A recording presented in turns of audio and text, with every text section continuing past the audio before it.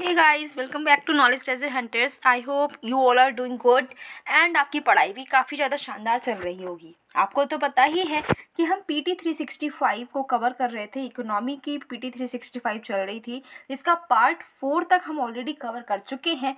आज है हमारा पार्ट 5।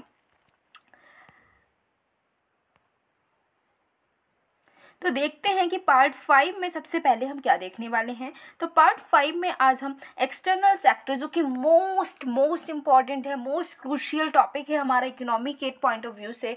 और अगर हम अपनी प्रीलिमिनरी की बात करें, जो प्रीलिम्स आता है हमारा, जिसकी हम तैयारी इस टाइम चल रही है, वही प्रीलिम्स आने वाला है, तो उसमें एक ना एक क्वेश्चन, इवन 2-3 क्वेश्चन में हम देखते हैं कि एक्सटर्नल सेक्टर से देखने को मिलते हैं। तो ये टॉपिक जो है वो पढ़ना समझना बहुत ही ज़्यादा ज़रूरी हो जाता है हमारे लिए, है ना। तो पढ़ते हैं आज एक्सटर्नल सेक्टर, जिसका हमारा आज जो पहला सब टॉपिक है दैट इज़ ट्रेड। आज हम देखेंगे कि ट्रेड जो है हमारी इंडिया का, हमारे वर्ल्ड का, उसमें क्या क्या न्यूज़ रही हैं, क्या क्या हुआ है, क्या क्या हलचल हुई है हमारे इस ट्रेड में पूरे 365 दिनों में, राइट। तो देखते हैं भाई ट्रेड को। ट्रेड की बात करें तो सबसे पहला हमारा जो टॉपिक आया है भाई, सबसे पहले जो चर्चा हमारी जो 365 साल में हुई है ट्रेड को लेकर, वो हुआ है कि हमारा जो रुपी है ना, रुपी जो हमारा पैसा चलता है यहाँ पर, हमारे कंट्री में रुपी चलता है, राइट, मनी। तो जो रुपी है उसको इंटरनेशनलाइजेशन करने की बात की जा रही है। ओके, और देखते हैं आगे क्या क्या बात है भाई। न्यूज़ में क्यों आ गई है? तो न्यूज़ में इसीलिए है, क्यों न्यूज़ में है? न्यूज़ में इसलिए है क्योंकि आपका जो सेंट्रल गवर्नमेंट है, सेंट्रल गवर्नमेंट ने क्या किया है, उन्होंने, हमारी सेंट्रल गवर्नमेंट है, उन्होंने फॉरेन ट्रेड पॉलिसी में कुछ चेंजेस किए हैं। ठीक है, हमारी हर कंट्री की पहली बात तो आप समझो कि हर कंट्री की एक ना एक फॉरेन ट्रेड पॉलिसी होती है कि भाई फॉरेन के साथ में आपको कैसे ट्रेड करना है, राइट। क्योंकि हम कोई क्लोज्ड इकोनॉमी तो है नहीं, हमारे यहाँ पर जो भी ट्रेड होता है, हमारी जो इकोनॉमी है उसमें हम बहुत सारी चीज़ें इंपोर्ट करते हैं, बहुत सारी चीज़ें हम एक्सपोर्ट करते हैं। हमारे पास में जो ज़्यादा होता है वो हम लोगों को देते हैं, राइट, हम एक्सपोर्ट करते हैं। और हम क्या करते हैं भाई, इंपोर्ट भी करते हैं। जो हमारे पास नहीं होता है हम उसको क्या कर लेते हैं, इंपोर्ट कर लेते हैं। मतलब क्या कि हम, हमारा जो ट्रेड है ना, ट्रेड बहुत सारी कंट्रीज़ के साथ में चल रहा होता है। हम रशिया से भी ट्रेड कर रहे हैं, हम चाइना के साथ में भी कर रहे हैं, इवन पाकिस्तान जिसके साथ में हमारे जो रिलेशंस हैं इतने अच्छे नहीं हैं, पाकिस्तान के साथ में भी ट्रेड करते हैं, राइट। हम यूएसए के साथ में भी ट्रेड करते हैं, तो हम यूके के साथ में भी ट्रेड करते हैं। मतलब कोई भी ऐसी लगभग सारी ही कंट्रीज़ हैं जो हमारे साथ में ट्रेड के रिलेशन को बनाए हुए हैं। तो अब इनके साथ में कैसे हम ट्रेड करेंगे, है ना, इसके लिए कुछ ना कुछ पॉलिसी होनी चाहिए। तो ये पॉलिसी हमारी जो है वो है FTP। ठीक है, FTP क्या है भाई? तो FTP एक पॉलिसी है जो बात करती है कि आपको जो फॉरेन ट्रेड है वो कैसे करना है। तो इसी पॉलिसी में अभी क्या हुआ है, सेंट्रल गवर्नमेंट ने, हमारी जो सरकार है, उसने कुछ चेंजेस किए हैं। क्या चेंजेस किए हैं? इन्होंने कहा है कि अगर आप फॉरेन ट्रेड करते हैं, तब जो रुपी सेटलमेंट है ना, आप इंटरनेशनल ट्रेड करते, चाहे आप एक्सपोर्ट कर रहे हैं, तो एक्सपोर्ट के लिए जो आप इंटरनेशनल सेटलमेंट करते हैं भाई, आप किसी से आप एक्सपोर्ट करते हैं, इम्पोर्ट करते हैं, तो उसमें क्या पैसा इन्वॉल्व होता है ना। एक्सपोर्ट करेंगे अपना सामान तो लोग आपको पैसा देंगे, रुपए देंगे, है ना। आप इंपोर्ट करेंगे तो आपको देना पड़ेगा, है ना। तो क्या कहा गया है कि जो इंटरनेशनल ट्रेड है, चाहे आप एक्सपोर्ट कर रहे हैं, इंपोर्ट कर रहे हैं, तो इसमें क्या है कि आप जो सेटलमेंट होगा ना, जो पेमेंट होगा, वो रुपी के टर्म में भी हो सकता है। ठीक है, समझ में आया क्या, कि आप रुपी के टर्म में भी पेमेंट कर सकते हैं। इसके लिए FTP में चेंजेस हुए। चलो अब देखते हैं भाई आगे क्या न्यूज़ है। आगे बात करें कि इंटरनेशनलाइजेशन क्या होता है भाई, इंटरनेशनल करेंसी क्या होती है, और रुपी का इंटरनेशनलाइजेशन का क्या मतलब है, इसको अभी हम देखते हैं। तो चलो, अभी यहाँ पर बात की गई है इंटरनेशनल करेंसी और इंटरनेशनलाइजेशन ऑफ रुपी की। तो भाई ये बात आपको याद रखनी है, यहाँ पर ये चीज़ नहीं पूछी जाएगी इंटरनेशनलाइजेशन का क्या मतलब है। ये तो बहुत कम चांसेस हैं भाई, पूछ तो सकती है, UPSC है वो तो कुछ भी पूछ सकती है, बट आपको याद रखना है कमिटीज़ की, क्योंकि आपने ध्यान दिया होगा कि हमेशा कोई ना कोई कमेटी का क्वेश्चन आ ही जाता है, तोड़ मोड़ के कैसे भी घुमा फिरा कर कोई कमेटी का नाम पूछ ही लेते हैं। तो आपको याद रखना है कि जो इंटरनेशनलाइजेशन ऑफ रुपी है उसमें कौन सी कमेटी आपकी है, तारापुर कमेटी। ये आपको दिख रही तारापुर कमेटी, ये क्या है, इसने बताया था कि जो कैपिटल अकाउंट कन्वर्टिबिलिटी है इसको आप पूरी तरीके से अलाउ कर दें, ऐसा इन्होंने कहा। तारापुर कमेटी ने क्या कहा, इन्होंने कहा कि कैपिटल अकाउंट जो है उसको कन्वर्ट कर सकते हैं आप फॉरेन करेंसी में, ये पूरी तरीके से अलाउ कर देना चाहिए। ठीक है, इन्होंने क्या करा, इन्होंने डिफाइन भी किया है। इन्होंने कहा कि इंटरनेशनल करेंसी क्या है, अभी इंटरनेशनल करेंसी को इन्होंने डिफाइन किया है। इन्होंने कहा कि इंटरनेशनल करेंसी क्या है, एक ऐसी करेंसी है जो कि इंटरनेशनल ट्रांजेक्शन्स में वाइडली एक्सेप्टेबल हो। मतलब क्या है कि अब जैसे आपने क्या किया, यूएस से आपने शूज़ मंगाए, ठीक है, कैसे मंगाए हैं, यूएस से शूज़ मंगाए हैं, तो अब आपको जो आपने यूएस से शूज़ मंगाए ना, आपको उसको पेमेंट भी करना पड़ेगा। जो आप पेमेंट करेंगे आप डॉलर में करेंगे, किस में करेंगे, डॉलर में। ठीक है, तो इन्होंने क्या बोला कि अब जो डॉलर है ना, अब आपने क्या किया, यूएस से कोई सामान मंगाया और डॉलर में पेमेंट किया है। आपने जापान से कोई भी सामान मंगाया और आपने डॉलर में पेमेंट कर दिया। ठीक है, आपने चाइना से मंगाया कोई सामान और डॉलर में पेमेंट कर दिया। मतलब क्या कहना चाह रहे हैं कि ऐसी करेंसी जो कि आपके इंटरनेशनल ट्रांजैक्शन में कर सकते हैं आप, उसको इंटरनेशनल ट्रांजैक्शन में यूज़ हो सकती है। कहीं भी कोई सी भी कंट्री से आप ट्रांजैक्शन कर रहे हैं और उस करेंसी का आप यूज़ कर पा रहे हैं, उसको हम बोलते हैं इंटरनेशनल मनी, इंटरनेशनल करेंसी। जैसे डॉलर है, अब डॉलर का आपका जो पेमेंट है ना, वो आप कहीं पर भी आप कर सकते हैं, उसको अलाउ कर दिया गया। जैसे डॉलर है, आप 5, आपकी पता है ना 5 करेंसी ऐसी हैं जो कि हर जगह चलती हैं। ठीक है, तो उसको क्या बोला गया, यह है इंटरनेशनल करेंसी। और जो डॉलर है, डॉलर के आपको पता है कि डॉलर कितना हर जगह एक्सेप्टेबल है। तो हमारी कोशिश क्या है कि अब हम भी ऐसा कर देंगे, हमारी जो रुपी है ना, रुपी हमारी जो है ये भी हर जगह एक्सेप्टेबल हो। हम चाहे कहीं से भी इम्पोर्ट करें, हम कहीं से भी एक्सपोर्ट करें, जो पेमेंट है वो रुपी में हो सके, जो सेटलमेंट है वो रुपी में हो सके, यही कोशिश है। इसी को बोल रहे हैं इंटरनेशनलाइजेशन ऑफ रुपी। कमिटी कौन सी थी बताओ जरा, किस कमिटी की बात अभी चल रही थी, किसने ऐसा बताया, किसने डिफाइन किया है, तारापुर कमेटी ने। ठीक है, अच्छा जी, इंटरनेशनलाइजेशन। अभी यहाँ पर एक बात और इन्होंने कही थी कि कैपिटल अकाउंट कन्वर्टिबिलिटी ये पूरी तरीके से कर देना चाहिए, इन्होंने ये बोला है। लेकिन यहाँ पर मुद्दा कैपिटल अकाउंट कन्वर्टिबिलिटी का नहीं है, लेकिन हम क्या करते हैं, थोड़ा सा समझ लेते हैं कि कैपिटल अकाउंट कन्वर्टिबिलिटी क्या होता है।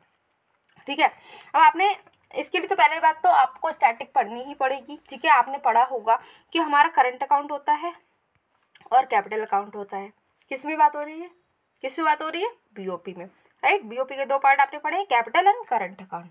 ठीक है, तो करंट अकाउंट में क्या होता है, जो आपका ट्रेड है, इनविजिबल में ट्रेड हो, जैसे सर्विसेज में ट्रेड है, गुड्स में ट्रेड है, जो भी आपके जो ट्रांसफ़र हो रहा है, रेमिटेंसेस आ रहे हैं, ये सब तो इसमें आ जाते हैं। कैपिटल अकाउंट में क्या है, जैसे कि आपका एफडीआई आ जाता है, एफपीआई आ जाता है।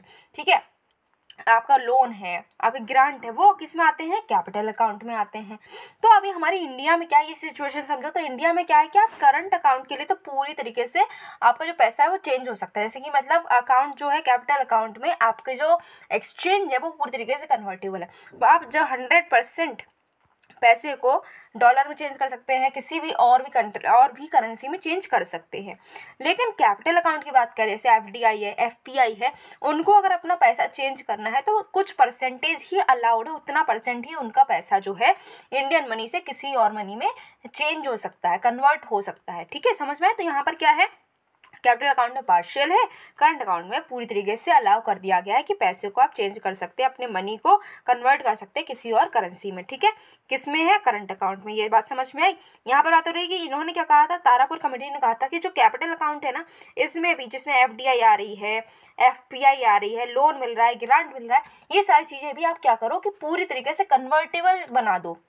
कि अभी रुपये में इन्होंने इन्वेस्ट कर दिया है, तो ये इनका जब मन चाहे डॉलर में कर ले कन्वर्ट इसको, और डॉलर में कन्वर्ट करने के बाद में ये क्या करें कि इसको अपने कंट्री में वापस ले जा सकते हैं। मतलब क्या, ये तो बहुत खतरनाक चीज़ हो गई ना, क्योंकि अब आपका एफडीआई आया है, समझ लो। ठीक है, एफडीआई आया, अभी आप इतने खुश हैं कि भाई एफडीआई हमारी कंट्री में आया है, 1 मिलियन का एफडीआई आ गया। अब ये पूरी तरीके से कन्वर्टेबल है। इन्होंने क्या किया, अगले दिन को इसको कन्वर्ट कराया, अपनी करेंसी में लेकर भाग गए, वापस चले गए। तो मतलब क्या है कि क्या होगा, एकदम से पैसा हमारी कंट्री से आउटफ्लो हो जाएगा और इकोनॉमी को एकदम से धक्का लग जाएगा कि ये क्या हुआ, एकदम से इतना सारा पैसा चला गया। तो हमारी इकोनॉमी है ना पूरी डगमगा जाएगी। इसको बचाने के लिए कि ऐसा ना हो, हमारी कंट्री ने, हमारी सरकार ने इसको जो है एफडीआई है, या फिर जो आप कहना चाहिए कि कैपिटल अकाउंट है, इसको पूरी तरीके से कन्वर्टेबल नहीं बनाया है। इन्होंने तारापुर कमेटी की बात ना मानते हुए अपनी दिमाग चलाया और इन्होंने कहा कि हम पूरी तरीके से कन्वर्टेबल नहीं बनाएंगे। ठीक है, फिलहाल तो ये मुद्दा जो है इस टॉपिक से रिलेटेड तो नहीं है, लेकिन हमें तो भैया न्यूज़ और नॉलेज से सबसे मतलब है, क्योंकि भैया हमारा प्रीलिम्स आने वाला है, क्या पता कौन सा क्वेश्चन कहाँ से आ जाए, इसलिए हमने समझ लिया। चलो आगे समझते हैं। आगे इंटरनेशनलाइजेशन ऑफ अ करेंसी क्या है, एक प्रोसेस है जिसमें जो है रुपी की एक्सेप्टेंस को हम पूरे वर्ल्ड में लेना चाह रहे हैं। समझ में आ गया, हमने पहले ही बात कर ली थी कि क्या हम कर रहे हैं कि आपका जो सेटलमेंट है रुपी का, वो आपका जो भी आपने ट्रांजेक्शन किया है, आपने कुछ भी इंपोर्ट किया है, एक्सपोर्ट किया है, तो उसमें जो उसका फ्री में तो होगा नहीं ना, पैसा तो देना पड़ेगा या लेना पड़ेगा, देना पड़ेगा, कुछ तो होगा ही। जो लेन देन है ना वो आपका रुपी में हो सके किसी भी कंट्री के साथ, ये करने की हम कोशिश कर रहे हैं, यही है इंटरनेशनलाइजेशन ऑफ रुपी। समझ में आया? हाँ जी समझ में आ गया। आगे बात करते हैं क्या कि जो इंटरनेशनल मनी है, इंटरनेशनल करेंसी है, इसके क्या क्या फंक्शंस होते हैं। तो फंक्शन की बात करें तो भाई सरकार के लिए भी कुछ फंक्शन हो सकते हैं, प्राइवेट सेक्टर के लिए भी हो सकते हैं। ओके, तो सबसे पहले हम देखते हैं क्या कि आपका पहला फंक्शन है स्टोर ऑफ वैल्यू। सरकार के लिए स्टोर ऑफ वैल्यू कैसे काम कर सकता है कि इंटरनेशनल करेंसी है अगर, तो उसको अगर हम अपने पास में बचा कर रखते हैं तो वो इंटरनेशनल रिजर्व की तरह काम करता है। वहीं पर प्राइवेट सेक्टर क्या है, वो करेंसी सब्स्टिट्यूशन उसका कर सकते हैं। ठीक है, कैसे समझो, देखो हमने एक नाम सुना होगा, इतना तो अब तक सुन ही लिया होगा जब इतनी पढ़ाई कर ली आपने, फॉरेक्स सुना है।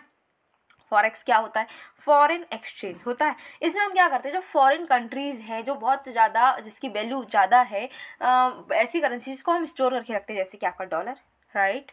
तो इसको हम स्टोर करके रखते हैं, तो इसका मतलब क्या है कि स्टोर वैल्यू है, हमारा रिजर्व बढ़ता जा रहा है। और प्राइवेट करेंसी क्या है, इसको अगर स्टोर करके रखती हैं तो वो करेंसी को बदल सकती हैं भाई। ठीक है, डॉलर उनके पास में है, $1 की वैल्यू कितनी हाई हो गई है पता ही है, 70-80 के आसपास ही रहती है अब तो, है ना। तो $1 भी उन्होंने दिया तो 80 रुपये ले लेंगे वो, तो उनकी वैल्यू ज़्यादा रहेगी। ठीक है, दूसरा फंक्शन है मीडियम ऑफ एक्सचेंज।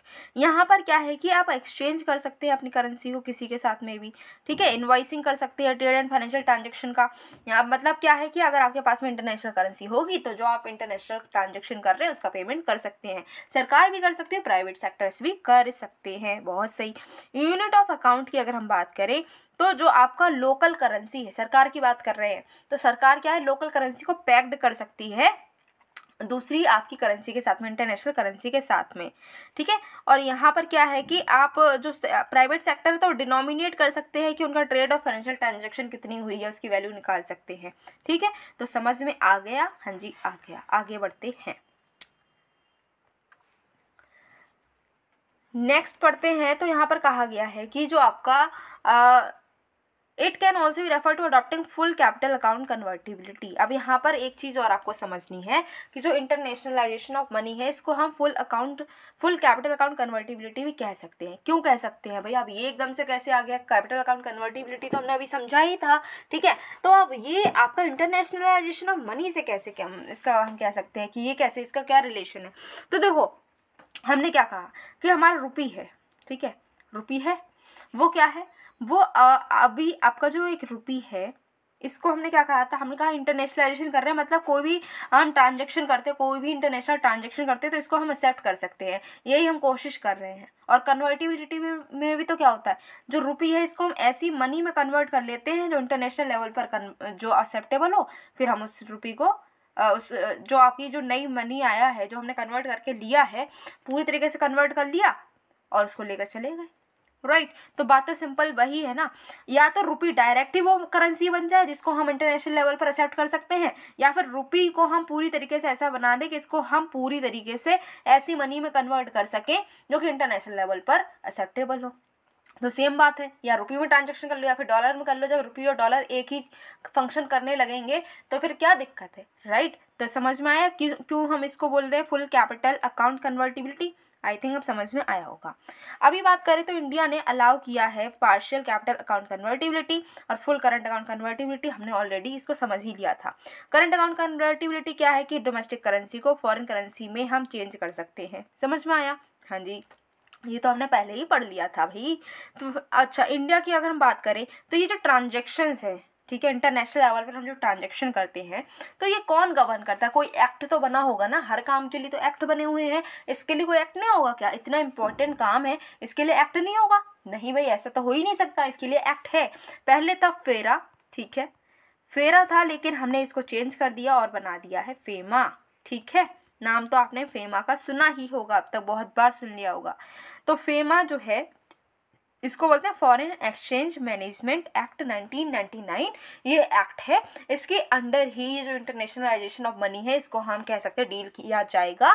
और यही है एक्ट वो जो कि इंटरनेशनल जो ट्रांजेक्शन्स होते हैं इनको मैनेज करता है। ओके, दो टर्म है उनको भी समझ लेते हैं, बीओपी एंड आपका कैपिटल अकाउंट।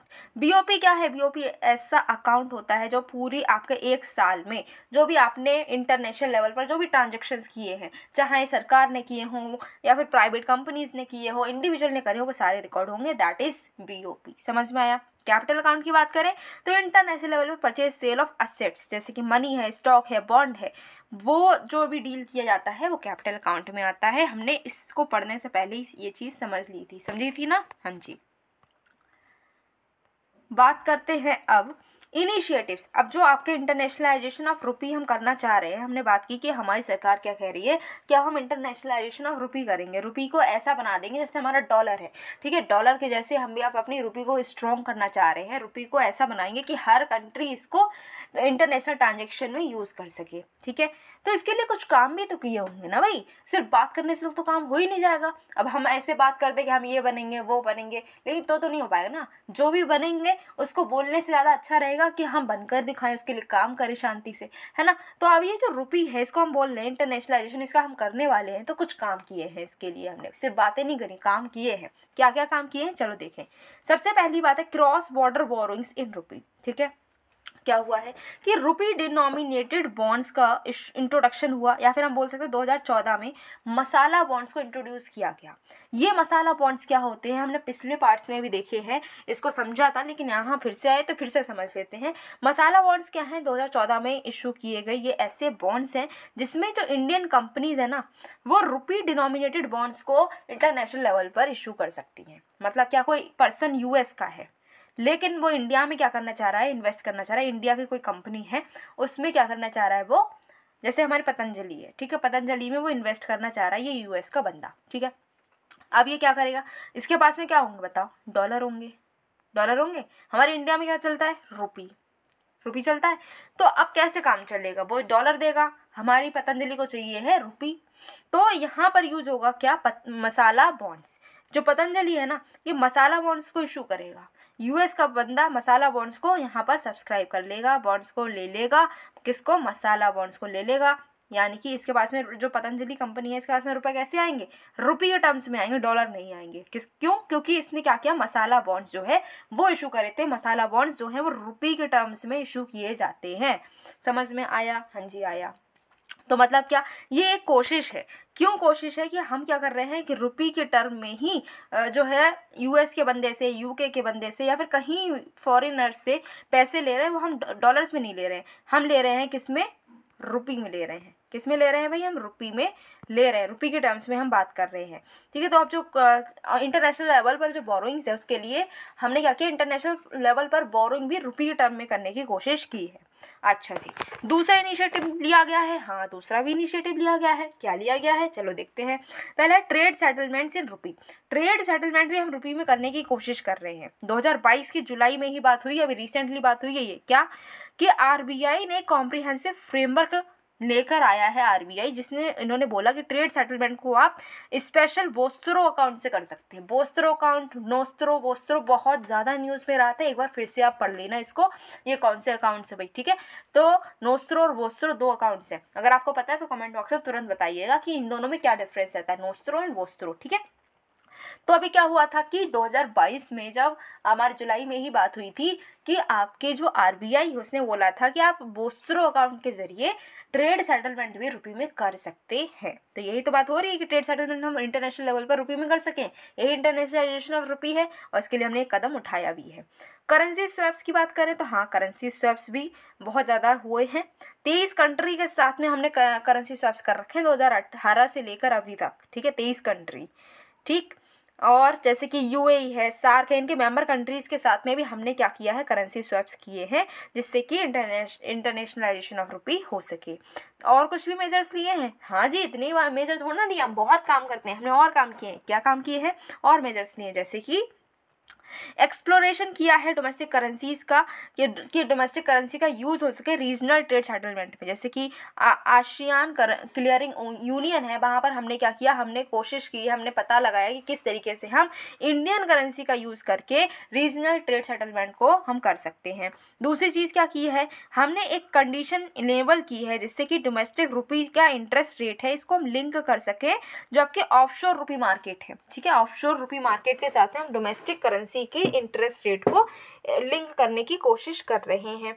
हमने प्राइमरी डीलर्स को परमिट किया है कि वो मार्केट मेकर्स जो हैं आपके फॉरेक्स मार्केट में, उनके जैसे मार्केट मेकर्स के तरीके से वो एक्ट कर सकते हैं जिससे कि मार्केट लिक्विडिटी इंप्रूव हो। मतलब क्या, प्राइमरी डीलर्स को मार्केट मेकर्स बना रहे हैं इंटरनेशनल मार्केट और फॉरेक्स मार्केट में, जिससे कि हमारी जो मार्केट लिक्विडिटी है वो इम्प्रूव हो सके, ठीक है। तो ये कुछ इनिशिएटिव्स दिए गए हैं, किसके लिए लिए गए हैं, इंटरनेशनलाइजेशन करने के लिए। किसका इंटरनेशनलाइजेशन करेंगे भाई, हमारे रुपये का।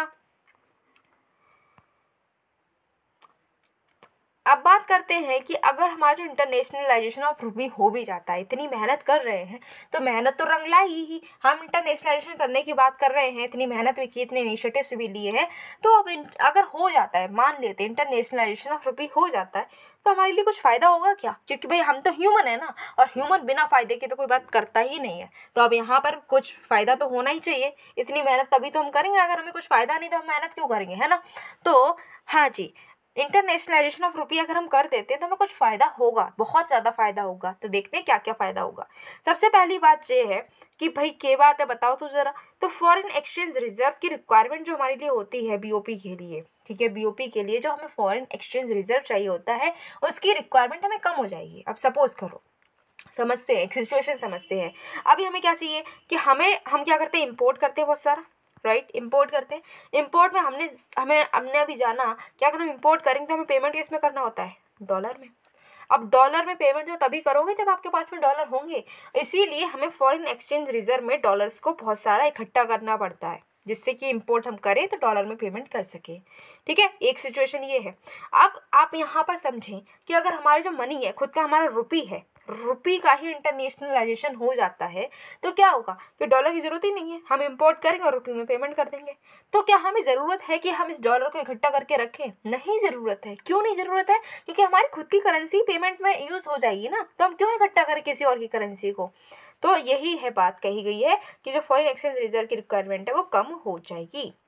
दूसरी चीज़ क्या है कि जो एक्सटर्नल शॉक्स होते हैं ना, उससे वल्नरेबिलिटी के भी हमारी कम हो जाएगी, क्योंकि हम फॉरेन करेंसी पर डिपेंड ही नहीं है। अभी क्या होता है, सपोज करो कि यूएस है, यूएस में कोई क्राइसिस आ गए, फाइनेंशियल क्राइसिस आ गए, तो यूएस डॉलर जो है, यूएस डॉलर की वैल्यू जो है बहुत ज़्यादा एकदम से बढ़ गई।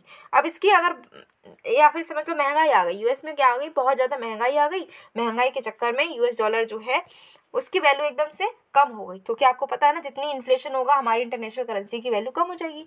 तो अगर चाहे यूएस की करेंसी जो डॉलर है, इसके साथ में हम भी एसोसिएटेड है ना, हम हमेशा देखते हैं ना कि भाई डॉलर में हमारे कितनी वो चल रही है, वैल्यू चल रही है हमारे रुपये की, राइट। तो अगर डॉलर की वैल्यू कम होती है, डॉलर की वैल्यू बढ़ जाती है, तो इससे हम पर भी तो इम्पैक्ट पड़ता है ना। हमारी एक करेंसी हमारा रुपये है, उसकी तो वैल्यू कम या बढ़ जाती है डॉलर के साथ में ही। अगर डॉलर जो है, डॉलर सस्ता हो गया तो हमारी वैल्यू, हमारी मनी पर क्या असर पड़ेगा, बताओ जरा कमेंट बॉक्स में बताओ सोच कर, ठीक है। तो क्या होता है कि अगर ऐसा होता है कि हम जो डॉलर है उससे कुछ रिश्ता नाता रख ही नहीं रहे, क्योंकि हमें हमारा काम हमारे रुपये से ही हो जा रहा है, तो चाहे वो उसकी वैल्यू बढ़े, उसकी वैल्यू कम हो, हमें फ़र्क नहीं पड़ेगा। पड़ेगा, हल्का बहुत पड़ेगा, लेकिन इतना ज़्यादा डीपली इम्पैक्ट नहीं पड़ेगा। दूसरा बेनिफिट। तीसरा है कि जो करेंसी रिस्क हो जाती है, इंटरनेशनल जो हमारे इंडियन एंटरप्राइजेज हैं उनको करेंसी रिस्क हो जाती हैं, क्योंकि फॉरेन एक्सचेंज फ्लक्चुएशंस होते हैं, कॉस्ट ऑफ डूइंग बिजनेस कम हो जाती है, ग्लोबल हमारा ग्रोथ होगी। अगर हमारा रुपये इंटरनेशनलाइजेशन हो जाता है तो हमारी ग्रोथ होगी ग्लोबल लेवल पर, हमारी कॉस्ट ऑफ डूइंग बिजनेस कम हो जाएगी, फॉरेन एक्सचेंज फ्लक्चुएशंस भी कम होंगे। तो जो करेंसी रिस्क है ना, करेंसी से रिलेटेड जो रिस्क रहता है हमारी जो कंपनीज के लिए, वो भी कम होगा। उसके साथ ही में ही क्या होगा कि हमारी जो कंट्री, हमारी इंडिया है, उसकी रेस्पेक्ट बढ़ेगी इंटरनेशनल लेवल पर, ठीक है। हमारी इंडियन बिजनेसेस को हेल्प मिलेगी कि वो बार्गेनिंग पावर उनकी बढ़ जाएगी, ठीक है। क्या होगा, हमारी इंडियन जो आपकी बिजनेसेस हैं उनकी बार्गेनिंग पावर बढ़ जाएगी, हमारी इंडिया को रेस्पेक्ट मिलेगी, हमारी इंडिया का जो ग्लोबल स्टेटस है वो भी इम्प्रूव होगा। तो भी इतने सारे बेनिफिट्स हैं, तो इतनी मेहनत तो बनी जाती है ना। अब देखते हैं कि आरबीआई की जो गाइडलाइंस हैं, किस पर गाइडलाइंस है कि इंटरनेशनल ट्रेड सेटलमेंट में। नोस्ट्रो और वोस्ट्रो की अभी हम बात कर रहे थे, तो इसको हम समझते हैं, ठीक है। तो एक्सपोर्ट एंड इंपोर्ट जो है इनवॉइसिंग अरेंजमेंट के जरिए वो आपके रुपये में हो सकते हैं। कैसे?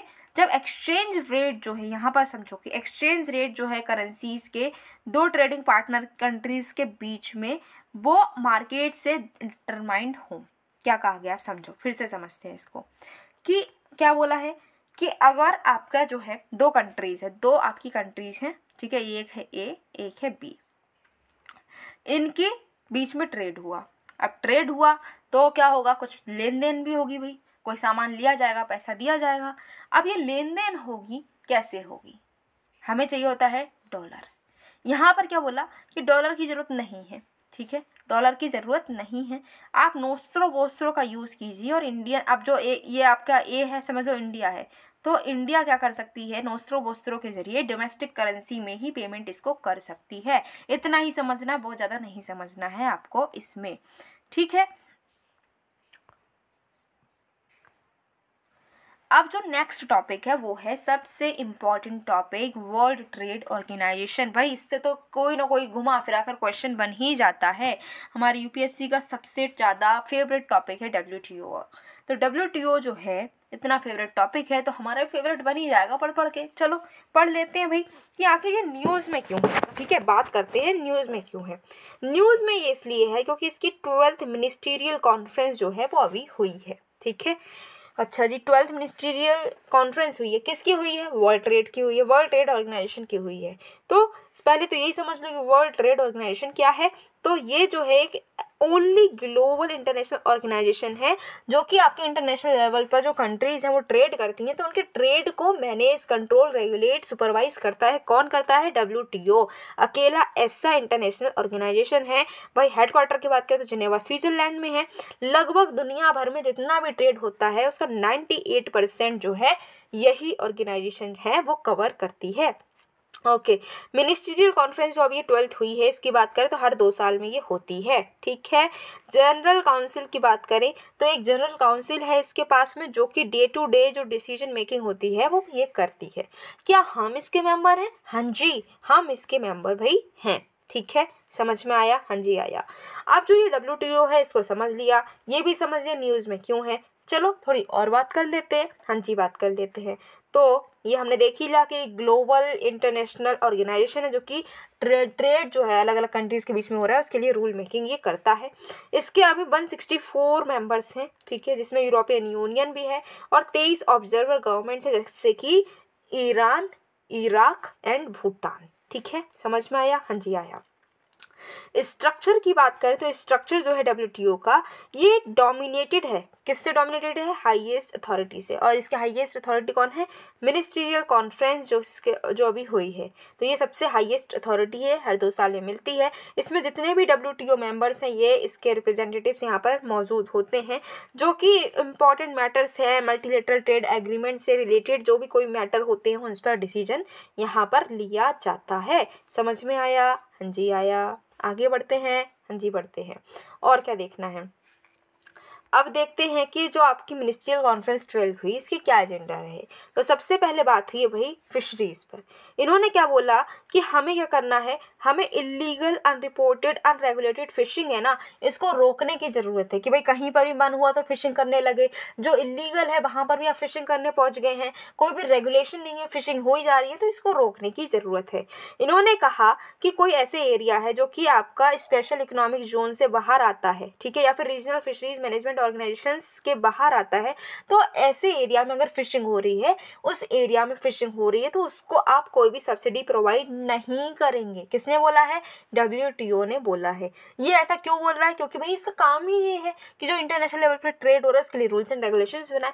तो इसने बना दिया यहाँ पर रेगुलेशन। इन्होंने क्या बोला कि अगर आपका EEZ से बाहर कोई फिशिंग हो रही है, इलीगल फिशिंग हो रही है, अनरेगुलेटेड फिशिंग हो रही है, अनरिपोर्टेड फिशिंग हो रही है, यहाँ पर कोई भी सब्सिडीज आप प्रोवाइड नहीं करेंगे, इसको रोकने की ज़रूरत है, ठीक है। फिर IP waiver on Covid vaccines, ठीक है। इन्होंने क्या बोला कि कोई भी कंट्री जो है या कंट्री वो ऑथोराइज कर सकती है ऐसी वैक्सीन्स का प्रोडक्शन जो कि कहीं और पर पेटेंटेड है, ठीक है। और इसके लिए कोई भी कंसेंट ज़रूरी नहीं है, कोई भी कंसेंट नहीं रिक्वायरमेंट होगी, और इस पर कोई भी एक्सपोर्ट पर भी लिमिट नहीं लगेगी। क्योंकि भाई देखो अभी क्या हुआ था कि इतना हमने तो क्या हुआ था ये तो बताने की ज़रूरत नहीं है, कोविड कितना ज़्यादा भयंकर एक प्रॉब्लम आ गई थी जिससे हम सब ने सफ़र किया है, ठीक है। कहीं ना कहीं डायरेक्टली इनडायरेक्टली हमने भी उसकी क्या की है, परेशानी को उठाया है। लॉकडाउन में हम कितने परेशान रहे, ठीक है, पढ़ाई का कितना लॉस हुआ है, और भी बहुत सारी इमोशनल फिजिकल जाने कौन कौन सी हमने प्रॉब्लम्स को झेला है, राइट। तो ये कोविड है। तो कोविड में क्या हुआ था कि वैक्सीन्स की आपको पता ही है कि कमी पड़ गई थी। तो अगर कोई ऐसी कंट्री है जो टेक्निकली बहुत एडवांस्ड है, वहाँ पर अच्छे साइंटिस्ट हैं, उन्होंने क्या किया कि कोई अगर वैक्सीन बनाई है और उस पर उन्होंने अपना पेटेंट कर लिया है, तो उस पेटेंटेड जो वैक्सीन है उसका फॉर्मूला लेकर आप अपनी कंट्री में बना भी सकते हैं और उसको एक्सपोर्ट भी कर सकते हैं। किसी से पूछने की भी ज़रूरत नहीं है। इन्होंने ऐसा बोला क्योंकि वैक्सीन की कमी थी और वैक्सीन बनवाना ज़रूरी था। बहुत सही भाई, आगे बढ़ो। हाँ, और क्या बात हुई है, इन्होंने बात की है ई कॉमर्स मोरेटोरियम को लेकर। ई कॉमर्स मोरेटोरियम की बात क्या की इन्होंने बोला कि मेंबर्स जो हैं एक प्रोविजनल डील कर सकते हैं जिससे कि मोरेटोरियम जो है उसको बढ़ा दिया जाए, कि इलेक्ट्रॉनिक ट्रांसमिशंस पर जो भी ड्यूटीज़ लग रही हैं उनको लेकर जो भी मोरेटोरियम है उसको बढ़ाने की बात की गई है, ठीक है। जिससे कि MC3 जो है आपका मिनिस्ट्रियल कॉन्फ्रेंस 13 जो है, ये जब तक होगा तब तक क्या है कि कोई भी मोरेटोरियम है, जो भी टाइम पीरियड है आपका कि किस तरीके से हम ड्यूटीज़ को लगाएंगे इलेक्ट्रॉनिक ट्रांसमिशंस पर, उस पर भी बातचीत नहीं हो पाई है, तो इसको हम MC13 में करेंगे, तब तक के लिए इसका टाइम पीरियड बढ़ा दिया जाए, इन्होंने ये बोला। फूड सिक्योरिटी को लेकर इन्होंने क्या बात की, इन्होंने कही कि कोई भी एक्सपोर्ट रिस्ट्रिक्शंस नहीं है। अगर आप WFP जो है परचेज करता है फूड सिक्योरिटी के मामले में दूसरी कंट्री से, अगर कोई भी फूड ग्रेन्स को परचेज करता है तो कोई भी इस पर एक्सपोर्ट रिस्ट्रिक्शंस नहीं लगेंगी, क्योंकि हमारी फूड सिक्योरिटी सबसे ज़्यादा इम्पॉर्टेंट है, उसके लिए प्रायोरिटी हमें देनी है, ठीक है। तो अभी क्या है, वर्ल्ड फूड प्रोग्राम क्या है, ये क्या करता है भाई, दुनिया भर से फूड इनसिक्योरिटी को मिटाने का काम करता है, हंगर को मिटाने का काम करता है, राइट, सबको फूड प्रोवाइड करने की काम करता है।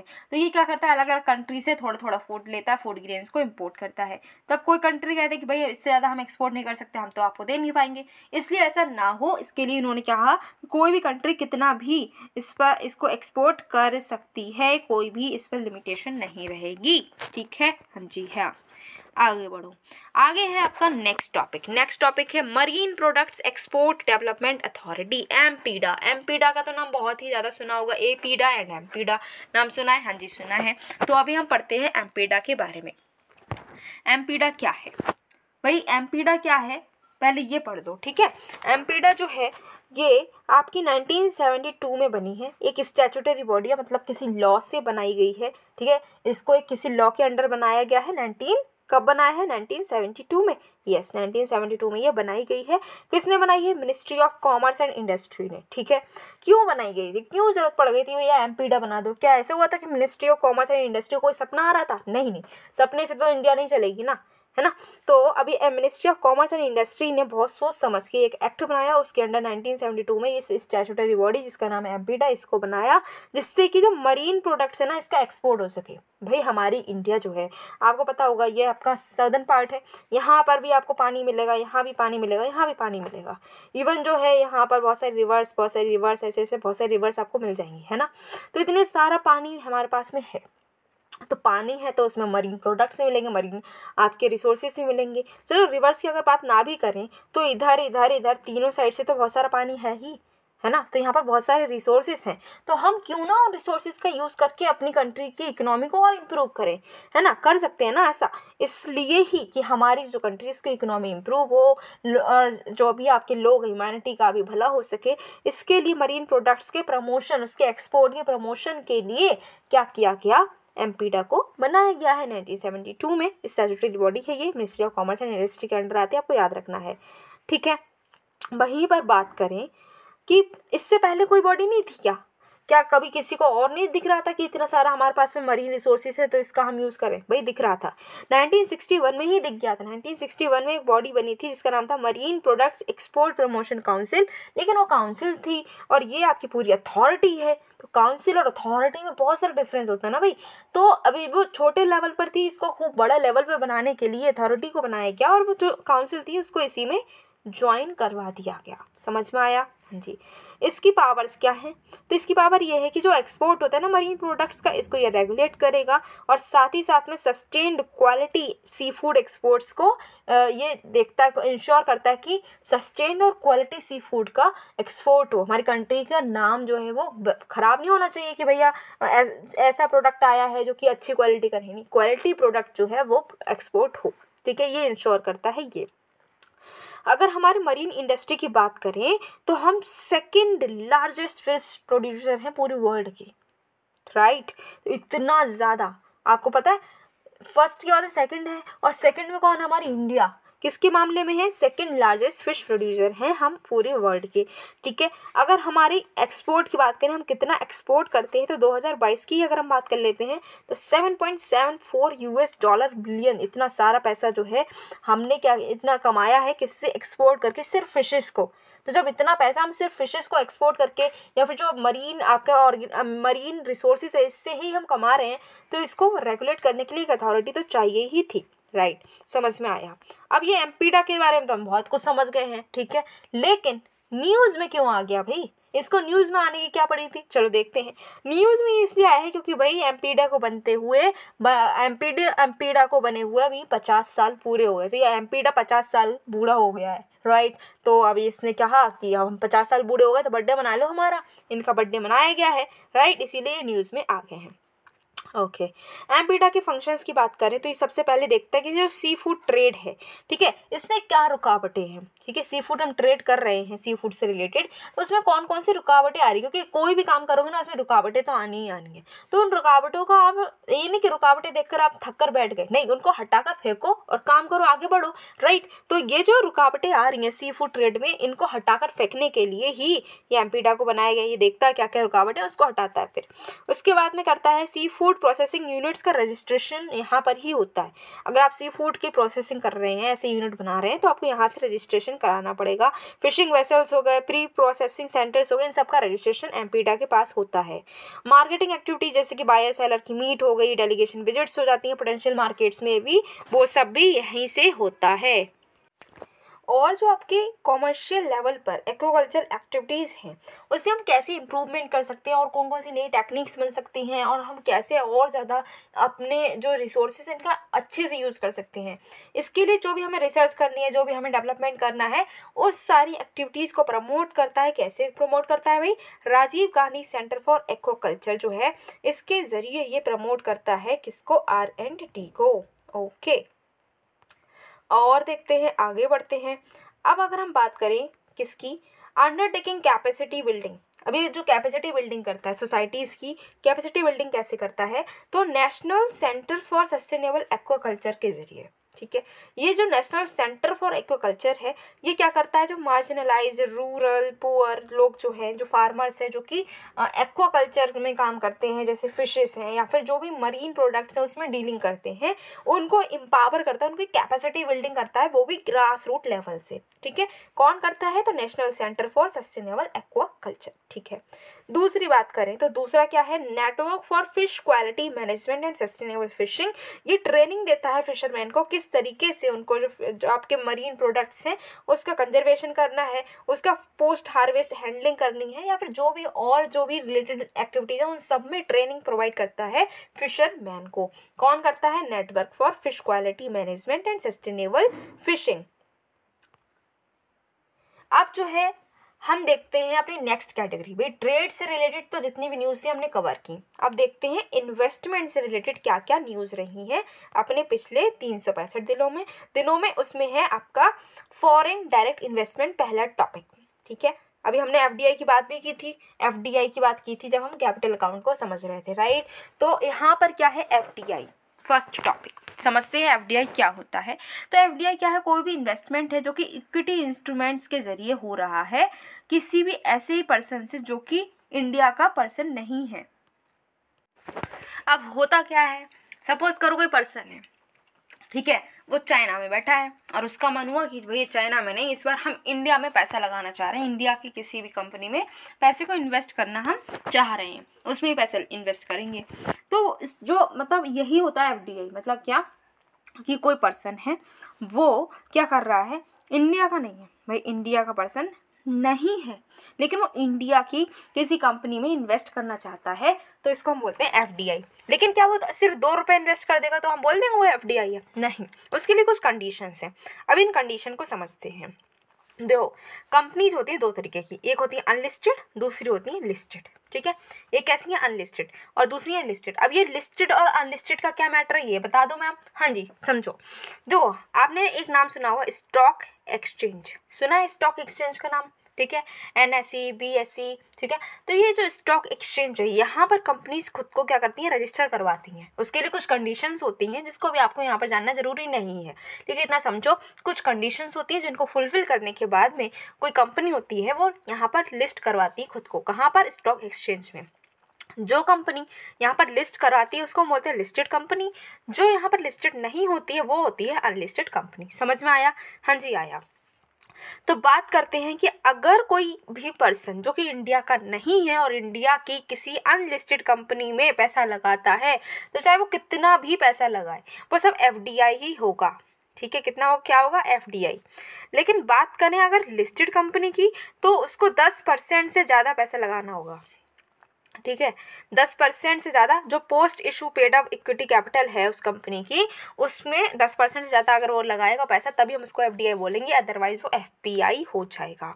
ठीक है, अब ये एफडीआई है ना, ये कैसे लगा सकते हैं, कैसे आपकी कंट्री में आती है? तो 2 तरीके से आती है, ऑटोमेटिक रूट और दूसरा है गवर्नमेंट रूट। ऑटोमेटिक रूट में क्या है कि आपको सरकार से पूछना नहीं पड़ेगा कि हम आपकी इंडिया की किसी कंपनी में पैसा लगा रहे हैं तो क्या हम लगा सकते हैं कि नहीं, परमिशन लेने की जरूरत नहीं है, आपका मन है आप पैसा लगा सकते हैं इंडिया की कंपनी में। लेकिन इसका मतलब ये तो नहीं है कि आप वहाँ के कोई रूल्स एंड रेगुलेशंस को फॉलो नहीं करेंगे।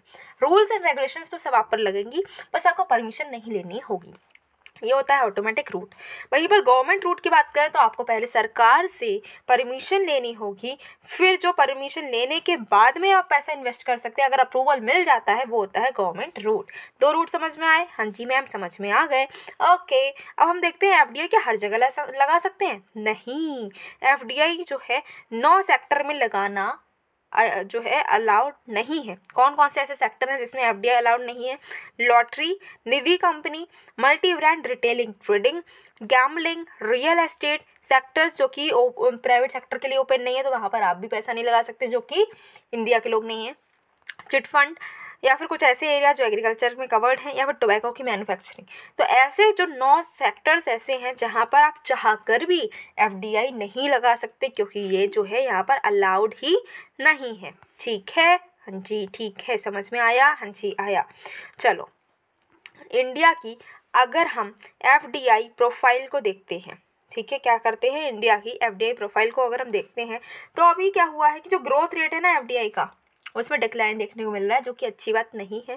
एफडीआई आउटफ्लो ज़्यादा हो रहा है। हमारे यहाँ पर तो एफडीआई इतनी नहीं आ रही जितनी हम और दूसरे देशों में इन्वेस्ट कर रहे हैं। हम एफडीआई ज़्यादा दे रहे हैं, हमारे यहाँ पर कम आ पा रही है। ठीक है, टैक्स हेवन से जैसे कि मॉरिशस है, केमैन आइलैंड्स है, जो कि बहुत अभी न्यूज़ में रहते, पंडोरा पेपर्स के जब न्यूज़ चल रही थी, राइट, तो ना ये यहाँ पर ज़्यादा एफडीआई पहुँच रही है हमारी इंडिया से, हमारे इंडिया के लोग वहाँ पर ज़्यादा इन्वेस्टमेंट कर रहे हैं। ऐसे सेक्टर्स जो हैं, सेक्टर्स जो कि आपके बात करें सेक्टर्स के उसमें देखते हैं कि एफडीआई का क्या हाल है, सेक्टर्स वाइज देखें तो 62% जो आपका एफडीआई है ना वो सिर्फ 5 सेक्टर्स में ही आए। सिर्फ 5 सेक्टर ऐसे हैं जिसमें टोटल जितनी भी एफडीआई आई है उसका 62% इन्हीं 5 सेक्टर में आया है। कौन कौन से हैं? Computer hardware and software, services sector, automobile industry, trading, construction. ठीक है, स्टेट्स की बात करें तो सिर्फ 3 ऐसी स्टेट्स हैं इसमें जो आपका 78% जितनी भी आपकी एफडीआई है वो सिर्फ 3 स्टेट्स में ही आई है। नाम क्या है? तो है केएमडी। क्या मतलब? कर्नाटका, महाराष्ट्र एंड दिल्ली। कौन कौन से एफडीआई सोर्सेस हैं, कहाँ कहाँ से सबसे ज़्यादा आई है? सबसे ज़्यादा आई है भाई सिंगापुर से, फिर मॉरिशियस, फिर यूएई एंड यूएसए। ठीक है, याद रहेगा, ये थोड़ी सी इंपॉर्टेंट चीज़ है, आपको याद रखनी चाहिए। ठीक है, अब जो एफडीआई है वो किस किस से इन्फ्लुएंस्ड होती है, किस किस चीज़ का इस पर असर पड़ता है? तो असर पड़ता है कि आपका ease of doing business environment कैसा है, ठीक है, local population, cost of labour कैसी है यहाँ की, यहाँ के लोकल पॉपुलेशन की स्किल कैसी है, मार्केट का नेचर और साइज़ कैसा है, रीजनल एक्सपोर्ट पोटेंशियल है कि नहीं है, नेचुरल जो आपके रिसोर्सेज है वो आपके अवेलेबल है कि नहीं है। अगर एफडीआई आती है तो होगा क्या? इकोनॉमिक ग्रोथ हो जाएगी, एम्प्लॉयमेंट जनरेशन होगा, नॉलेज स्किल टेक्नोलॉजी ट्रांसफ़र होती है, कॉम्पिटिटिवनेस बढ़ती है, प्रोडक्टिविटी बढ़ती है और फॉरेक्स रिजर्व भी बढ़ जाता है। ओके, अब फॉरेन इन्वेस्टमेंट से रिलेटेड कुछ और बातें उनको हम देख लेते हैं। पहला है फॉरेन इन्वेस्टमेंट फैसिलिटेशन पोर्टल। ये क्या है? ये पोर्टल है जो कि आपकी एफडीआई के लिए बनाया गया था, कि हमारी इंडिया में एफडीआई और आई इसके लिए बनाया गया था फॉरेन इन्वेस्टमेंट फैसिलिटेशन पोर्टल, जिसको भी 5 साल हो गए हैं। पहले हुआ ये था कि फॉरेन इन्वेस्टमेंट प्रमोशन बोर्ड था, उसको ख़त्म करके ये ऑनलाइन पोर्टल बना दिया गया था 2017 में। इसको कौन देखता है? तो इसको देखता है DPIIT। ये क्या है? Department for promotion of industry and internal trade, जो ministry of commerce and industry के अंडर आता है, भाई यही इसको देखता है। ये सिंगल विंडो क्लियरेंस देता है जितनी भी एफडीआई के लिए होती है। आपकी एफडीआई की एप्लीकेशन आती है कि हम आपके यहाँ पर पैसा लगाना चाहते हैं, अप्लाई जो लोग करते हैं उनके लिए क्लियरेंस यहीं से मिल जाती है। उसके बाद में है foreign exchange management non debt instruments amendment rules 2022 में आए हैं।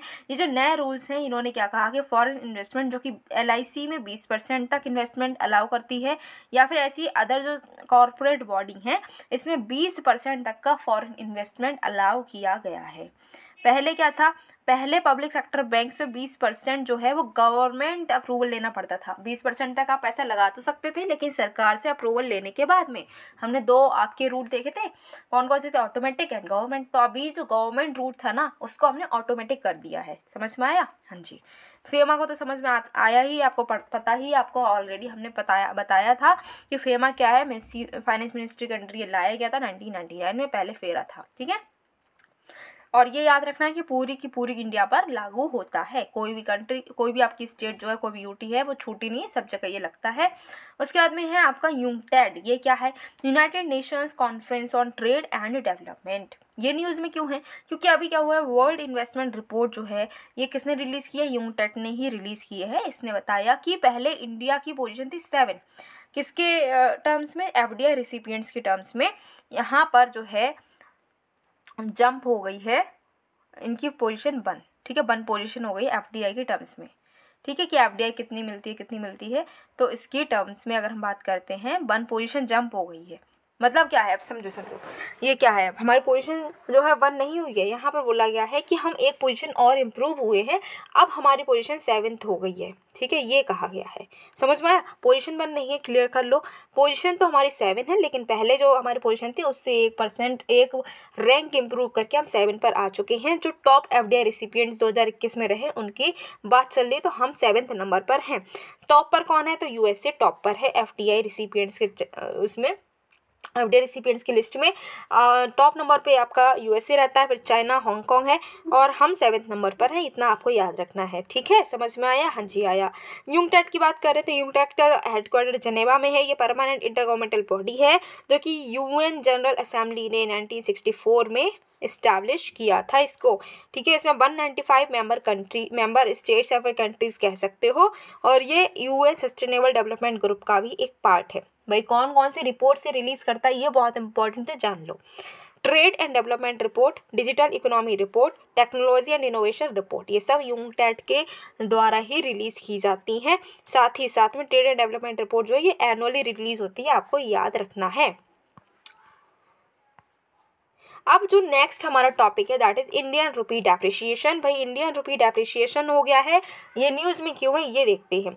तो अभी क्या हुआ है कि जो आपका फॉरेक्स इनफ्लोज को बढ़ाने के लिए RBI ने क्या किया है, जो आपकी फॉरेन इन्वेस्टमेंट के कुछ रूल्स थे, जैसे कि जो रूल्स है डेट, एक्सटर्नल कॉमर्शियल बोरिंग और NRI डिपॉजिट्स को लेकर, वो जो रूल्स थे उसमें कुछ ना कुछ रिलैक्सेशंस RBI ने प्रोवाइड की है।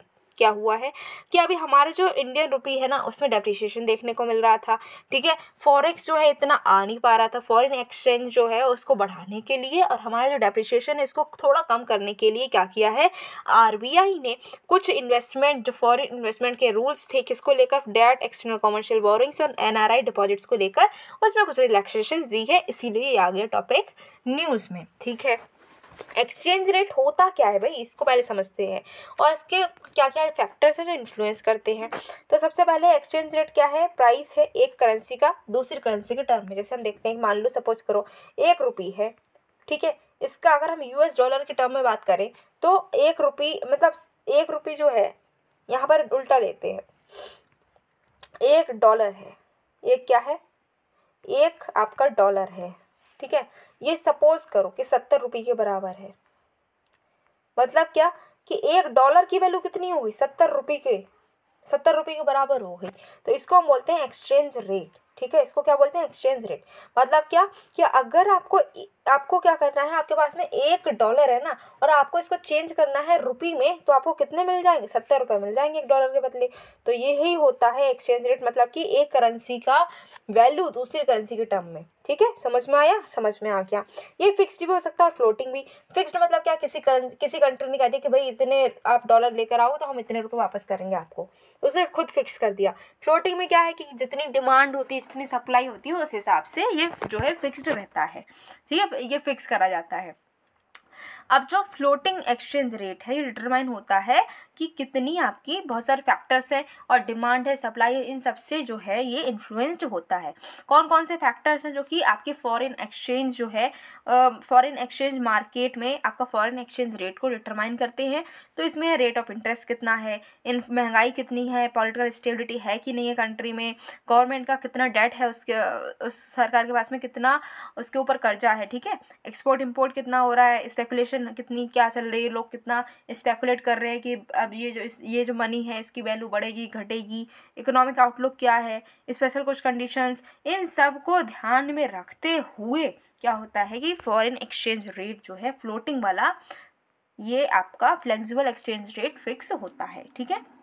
इंडिया में बात करें तो एक्सचेंज रेट जो है, इसमें क्या होता है कि ब्रेटन वुड्स सिस्टम जो है इस उस टाइम पर यही था। तो 1993 तक क्या हुआ था कि फिक्स्ड एक्सचेंज रेट चलता था, लेकिन अभी क्या है, अभी हमारा मैनेज्ड एक्सचेंज रेट चलता है। ये मैनेज सिस्टम क्या होता है, मैनेज सिस्टम में क्या होता है ना कि पैसे तो हमारा फ्लोटिंग रहता है, भाई मार्केट के अकॉर्डिंग ही सारा चल रहा होता है कि मार्केट में जैसे डिमांड एंड सप्लाई को देखते हुए और इन सारे फैक्टर्स को देखते हुए हमारे जो रुपये है इसकी वैल्यू फिक्स होती रहती है। लेकिन कभी आरबीआई को लगता है कि भाई मामला जो है हाथ से निकलता जा रहा है, ठीक है, हमारी वैल्यू तो बहुत ही ज़्यादा कम होती जा रही है, तो हमारे लिए हमारी जो इंडिया है इसकी इकोनॉमी को ही ख़राब कर देगा, तब आरबीआई भी इंटरवेंशन कर सकता है। आरबीआई क्या करेगा, डॉलर जो होते हैं ना इनको या तो खरीदेगा या बेचेगा, कुछ भी करके क्या करेगा, अपनी जो रुपये है इसकी वैल्यू को थोड़ा कंट्रोल करेगा। इसीलिए इसको हम बोलते हैं मैनेज्ड, ठीक है, मैनेज्ड सिस्टम हमारे यहाँ पर चलता है।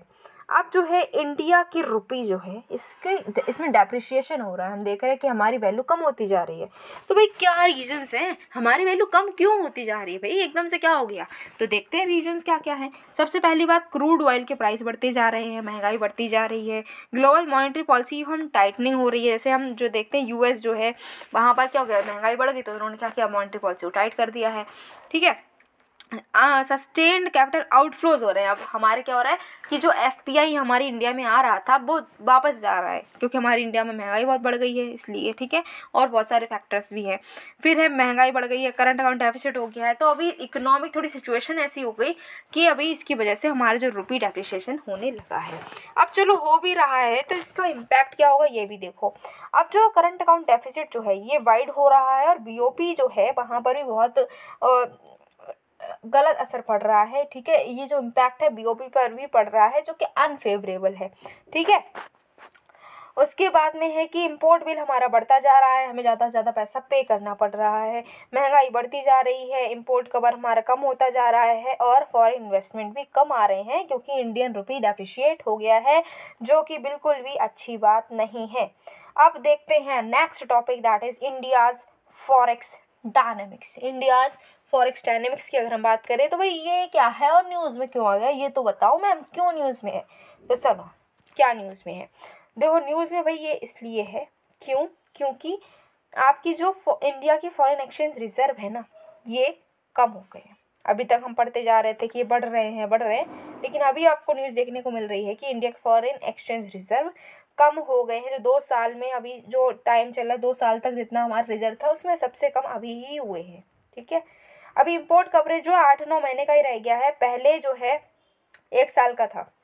पहले क्या था कि हम 1 साल तक, थोड़े दिन पहले की बात करें तो 1 साल तक बिना कुछ कमाए इतना हमारे पास में स्टोर था, फॉरेन एक्सचेंज रिजर्व था हमारे पास में कि 1 साल तक बिना और कुछ अर्न करे हम इंपोर्ट कर सकते थे और उसका पेमेंट भी कर सकते थे 1 साल तक का। अभी क्या हुआ, थोड़ा डिक्लाइन देखने को मिला है। तो अभी सिर्फ 8 से 9 महीने तक का ही हम इम्पोर्ट जो है कर पाएंगे और उसका पेमेंट कर पाएंगे बिना कुछ और कमाए। ठीक है, ये हुआ है डिक्लाइन, समझ में आया। जैसे हम लोग बोलते हैं ना कि मैं इतना कमाऊंगा कि 1 साल तक बैठे बैठे खाऊंगा, कुछ नहीं कमाऊंगा, है।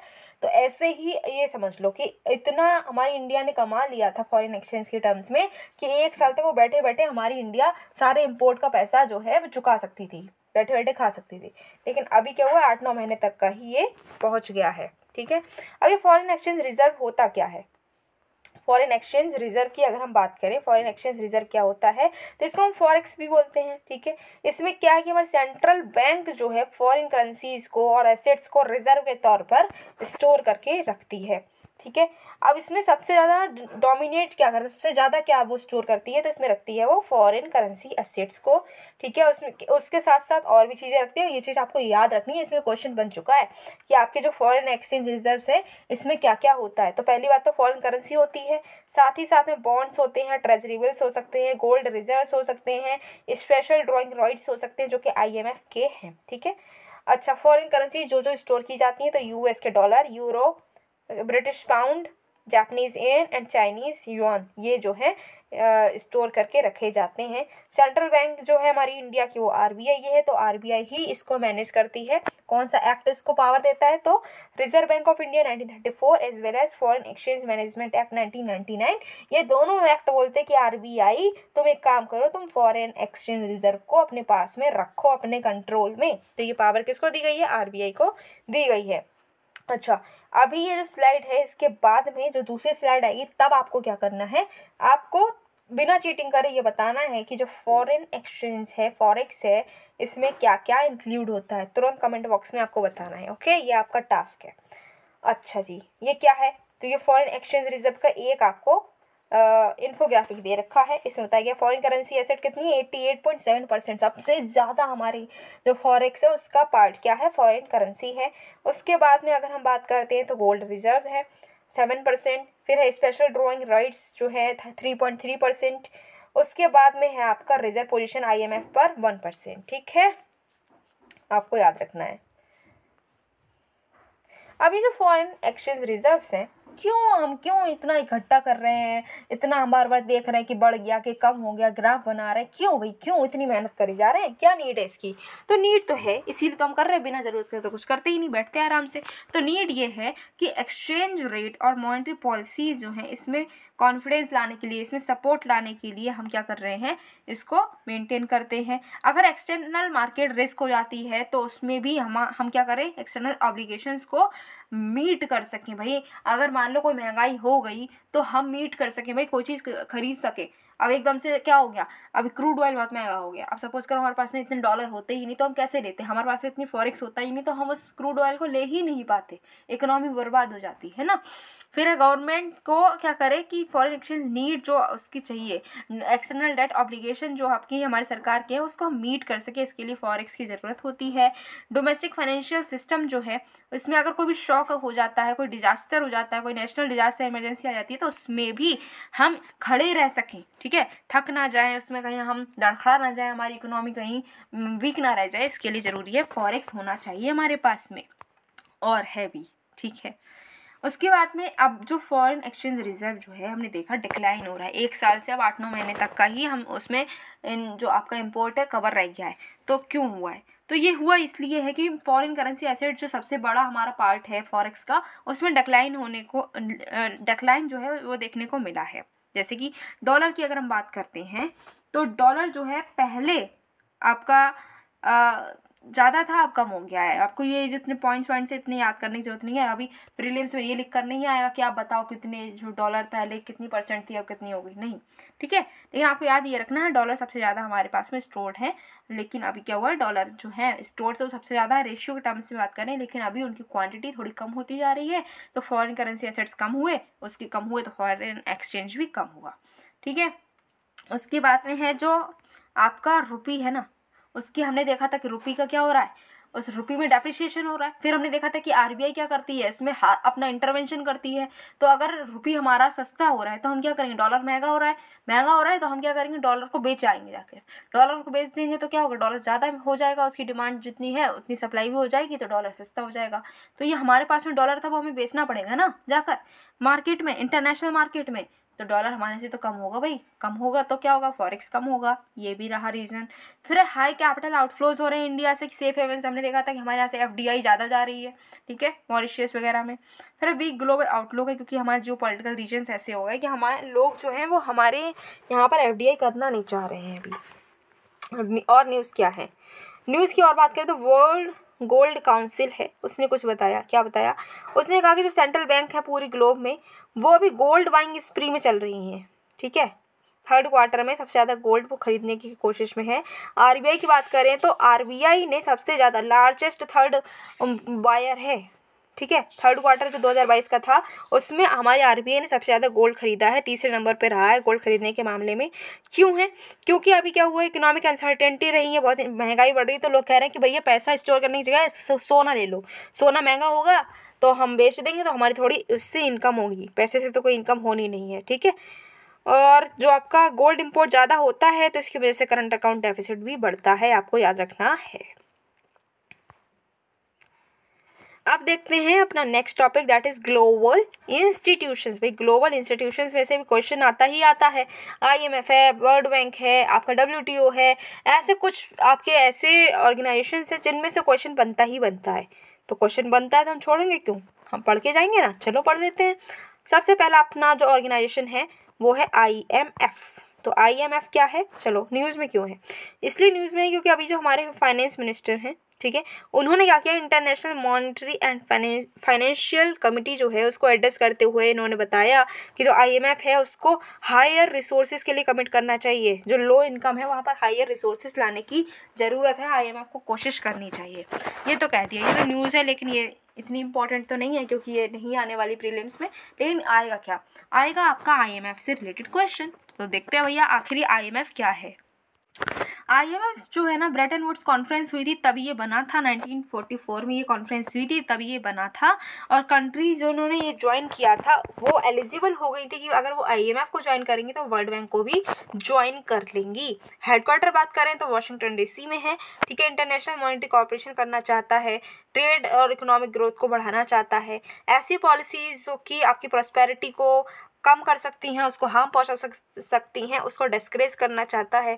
लोग जो हैं दूसरे ग्रुप्स के साथ में ये क्लोजली कोऑपरेट करना चाहता है, जैसे G20 है, ठीक है। G20 के एफर्ट्स जो हैं उसको भी ये सपोर्ट करता है। कौन कौन सी रिपोर्ट्स ये रिलीज़ करता है, बहुत बहुत बहुत ज़्यादा इंपॉर्टेंट आपको याद रखना है। World economic outlook, global financial stability report are being released by IMF। Okay, अब बात तो ये है कि क्या हम इसके मेंबर हैं, तो हाँ हम इसके मेंबर हैं, आपको याद रखना है, ठीक है। हाँ जी, अब आपकी जो है international monetary and financial committee, जहाँ पर हमारे जो फाइनेंशियल मिनिस्टर हैं उन्होंने कुछ बातें कही थी। उन्होंने कहा कि आईएमएफ को कुछ रिसोर्सेज बढ़ाने पड़ेंगे। तो ये क्या है, इस कमेटी के बारे में भी जान लेते हैं। ये कमेटी एडवाइस करती है, रिपोर्ट करती है आईएमएफ बोर्ड ऑफ गवर्नर्स को। इसीलिए तो हमारी जो फाइनेंस मिनिस्टर हैं उन्होंने इसमें बात करी थी, जिससे कि ये लोग जाएँ और आईएमएफ को जाकर रिपोर्ट करके उनको और पैसा लगाने की ज़रूरत है। 24 मेंबर्स इसमें होते हैं और हम भी इसमें मेंबर हैं, तभी तो हमारी जो फाइनेंस मिनिस्टर है उन्होंने कुछ बातें यहाँ पर रख पाई, वरना जब यहाँ के मेंबर ही नहीं होते तो हम अपनी बात रखते कैसे। यहाँ पर कोई भी फॉर्मल डिसीजन मेकिंग पावर इनके पास नहीं होती है, ये सब बताते हैं जाकर बातें, ठीक है। एक साल में 2 बार ये मिलते हैं। बोर्ड ऑफ गवर्नर्स जो है सबसे हाईएस्ट बॉडी है आईएमएफ की, इसको एडवाइस करते हैं 2 ministerial committees, IMFC and development committee, आपको याद रखना है। रिलेटेड न्यूज़ में आप देखते हैं SDR। भाई SDR क्या होता है, तो IMF ने अभी क्या किया है, जो वेटेज था US डॉलर का और चाइनीज़ युआन का वो बढ़ा दिया है, ठीक है। SDR की वैल्यूएशन में US डॉलर और चाइनीज़ युआन की वैल्यू और बढ़ा दिया और वेटेज बढ़ा दिया है IMF ने। ये होता ये है कि एक इंटरनेशनल रिजर्व एसेट है जो कि IMF ने 1969 में क्रिएट किया था, जिससे कि जो मेंबर कंट्रीज़ हैं उनके ऑफिशियल रिजर्व को सप्लीमेंट कर सके। इसमें वैल्यू, इसकी वैल्यू कैसे बेस्ड होती है, तो 5 करेंसीज की वैल्यूज़ के बेस्ड पर SDR मिलता है। सबसे हाईएस्ट वेटेज है US डॉलर का, यूरो, चाइनीज़, जापानीज़ येन और British pound sterling. British pound sterling की सबसे लोएस्ट वेटेज है, आपको याद रखना है। इन पांचों की वैल्यू को मिलाकर फिर वेटेज निकाला जाता है और एसटीआर का कुछ वैल्यू असाइन की जाती है। ठीक है, आईएमएफ के मेंबर कंट्रीज को कैसे मिलती है, तो जितने उनके रिलेटिव शेयर होता है आईएमएफ में, उसी बेसिस पर एसटीआर उनको मिलता है। अब जो नेक्स्ट आपकी ऑर्गेनाइजेशन है दैट इज़ वर्ल्ड बैंक। तो अब हम देखते हैं भाई वर्ल्ड बैंक के बारे में क्या है ये। तो ये एक स्पेशलाइज्ड यूएन की एजेंसी है। आईएमएफ के साथ में ब्रिटेन वुड्स ट्विंस जो हैं, इनको बोला जाता है आईएमएफ, और ये जो वर्ल्ड बैंक है इन दोनों को मिलाकर हम ब्रिटेन वुड्स ट्विंस बोलते हैं, जो कि जुलाई 1944 में बनी थी, जब आपकी यूएन की ब्रिटेन वुड्स कॉन्फ्रेंस हुई थी न्यू हैम्पशायर यूएसए में। ठीक है, अभी बात करें तो अभी इसमें 5 पार्ट्स हैं। कौन कौन से हैं? International bank for reconstruction and development, जो कि 1944 में ही बन चुकी थी। फिर इंटरनेशनल फाइनेंस कॉरपोरेशन 1960 में बनी थी। और जो आपकी आईवीआरडी है और आईडीए है, इनको मिलाकर वर्ल्ड बैंक कहते हैं। ठीक है, इंटरनेशनल फाइनेंस कॉरपोरेशन 1956 में बना है। मल्टीलेटरल इन्वेस्टमेंट गारंटी एजेंसी 1988 में बनी है, और international centre for settlement and investment disputes 1966 में बना है। ये सभी जो 5 हैं, ये पांचों पार्ट किसके हैं? वर्ल्ड बैंक के। ठीक है, ओके। अब अगर हम बात करें तो ऑब्जेक्टिव क्या है, तो पॉवर्टी को ख़त्म करना चाहते हैं और शेयर्ड प्रॉस्पेरिटी को प्रमोट करना चाहते हैं। मेंबरशिप की बात करें तो आईवीआरडी, इन सब में अलग अलग मेंबर हैं, आपको याद रखने, लेकिन आपको ये अलग अलग मेंबर कौन से कितने किस्में हैं, अगर इसको याद करने बैठ गए तो भाई बर्बाद हो जानी है। ठीक है, तो आपको बस थोड़ा सा याद रखना है कि इतना याद रख लो। चलो, आईवीआरडी में कितने मेंबर हैं? तो 189 मेंबर हैं। क्या हम मेंबर है? तो हाँ, हमारा याद रखना है कि भाई हमारी इंडिया जो है वो किस किस में मेंबर है। तो हमारी इंडिया सारे इसमें मेंबर है, 5 में से 4 में मेंबर है, 1 में मेंबर नहीं है। किस में मेंबर नहीं है? जो आपका सेटलमेंट वाला है। ठीक है, ICSID, इसमें मेंबर हमारी इंडिया नहीं है, आपको ये याद रखना है। यहाँ से हो सकता है स्टेटमेंट बन जाए भाई, राइट।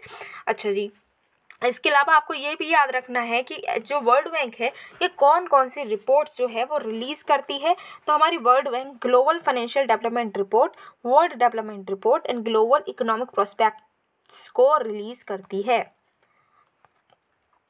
अब देखते हैं नेक्स्ट टॉपिक दैट इज की concepts and information on external sector.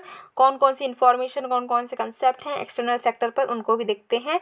तो इसमें पहला आपका जो है वो है anti dumping duty. Anti dumping duty जो है ये क्या है? तो इंडिया ने क्या किया है, एंटी डंपिंग प्रोब चला दिया है। जो भी आपके कुछ तरीके के ऑप्टिकल फाइबर जो हम चाइना, इंडोनेशिया और साउथ कोरिया से इंपोर्ट कर रहे थे, इसके अगेंस्ट पे अब एंटी डंपिंग कुछ कार्रवाई जो है वो इंडिया ने चलाई है। ये क्या है? एक प्रोटेक्शनिस्ट टैरिफ है जो कि इम्पोज किया जाता है एक डोमेस्टिक गवर्नमेंट से किसी फॉरेन इंपोर्ट्स पे। अगर उसको ऐसा लगता है कि कोई भी इंपोर्ट जो है वो इतना सस्ता आ रहा है जितना कि आपके फेयर मार्केट वैल्यू से भी कम आ रहा है। सपोज करो एक पेन है, जो कि एक पेन है 10 रुपये का मिलता है, लेकिन अब जो इंपोर्ट किया जा रहा है तो कोई ऐसी कंट्री वो 1 रुपये में वो पेन बेच रही है हमारी कंट्री में। तो हमारी कंट्री के जो लोग हैं, हमारी कंट्री कंपनी वो 10 रुपये में बेच रही है, फॉरेन कंट्री आकर 1 रुपये में बेच रही है, तो हमारी जो कंपनी है वो तो बर्बाद हो जाएंगी ना, सब एक वाली चीज़ खरीदेंगे। तो यहाँ पर एंटी डंपिंग ड्यूटी लगा दी जाती है, जिससे कि अब जो 1 रुपये वाला पेन है वो भी 10 रुपये में ही बिकेगा।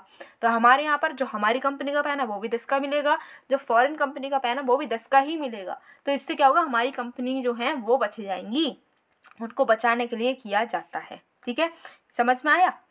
ओके, अब देखते हैं इंडिया का कॉम्पिटिटिवनेस रोड मैप। ठीक है, ये क्या है? तो इकोनॉमिक एडवाइजरी काउंसिल जो है, जो प्राइम मिनिस्टर के लिए एडवाइस करती हैं, उन्होंने रिलीज़ किया है the competitiveness road map for India 100। ठीक है, ये एक पेपर है जो उन्होंने रिलीज़ किया है।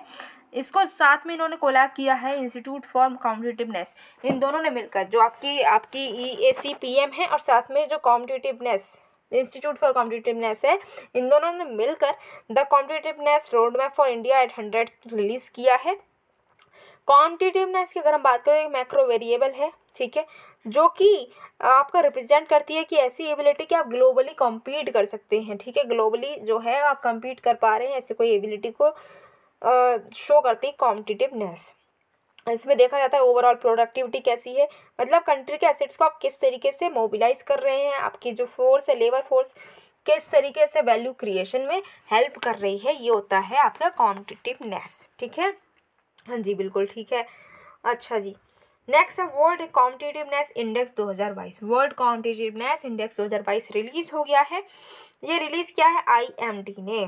ये इंडियन मीट्रोलॉजिकल डिपार्टमेंट नहीं है, ये है इंस्टीट्यूट फॉर मैनेजमेंट डेवलपमेंट। ठीक है, इसमें हमारी जो पोजीशन है वो 43 से 37 हो गई है, जो कि काफ़ी खुशी की बात है कि हम इम्प्रूव कर रहे हैं। एशियन इकोनॉमीज़ में तो सबसे ज़्यादा हमने राइज किया है, क्योंकि इकोनॉमिक परफॉर्मेंस बहुत अच्छा किया है हमने। याद रखना, ग्लोबल कॉम्पिटिटिवनेस रिपोर्ट जो है वो वर्ल्ड इकोनॉमिक फोरम रिलीज करती है। वर्ल्ड कॉम्पिटिटिवनेस इंडेक्स 2022 ये IMD रिलीज करता है।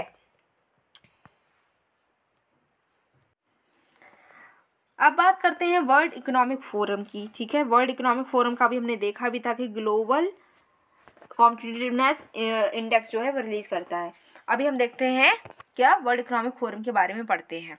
तो ये क्या है, ये नॉट फॉर प्रॉफिट फाउंडेशन है, 1971 में बना था, क्लाउस स्क्वाब ने बनाया था। ठीक है, ये हेडक्वार्टर इसका जेनेवा स्विट्जरलैंड में है। ये फोरमोस्ट किस चीज़ में इंगेज करता है, political, business, cultural, other leaders society के हैं उनको इंगेज करता है कि वो ग्लोबल रीजनल इंडस्ट्री एजेंडाज जो है उनको अचीव कर सके, उसको शेप कर सके, जिससे कि दुनिया जो है पूरी वो इम्प्रूव हो गई।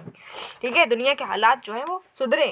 ठीक, मोटो ये है कि entrepreneurship in global public interest, global public interest में एंटरप्रेन्योरशिप को करना चाहता है।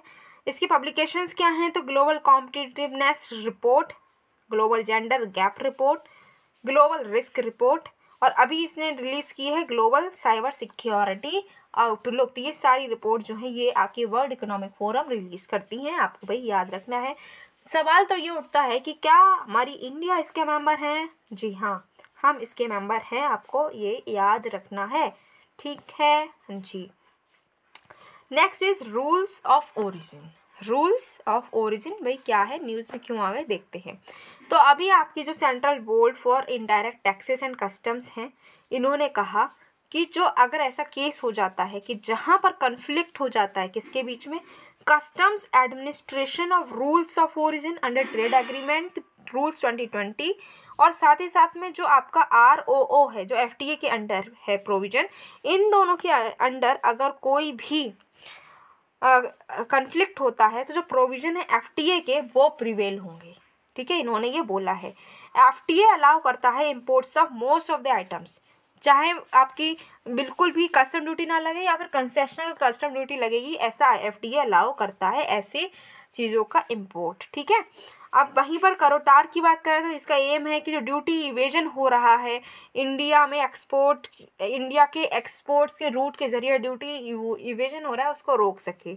यहाँ पर क्या होता है, इम्पोर्टर को फर्निश करना पड़ता है 35% जो वैल्यू एडिशन हुआ है, ठीक है, गुड्स में, वो कंट्री ऑफ ओरिजिन में हुआ है जहाँ पर कंसेशन मिल रहा है, जहाँ पर कंसेशन मिल रहा है वहीं से आपका कम से कम 35% तो चीज़ बनी ही हो। ठीक है, ऐसा इन्होंने बोला है।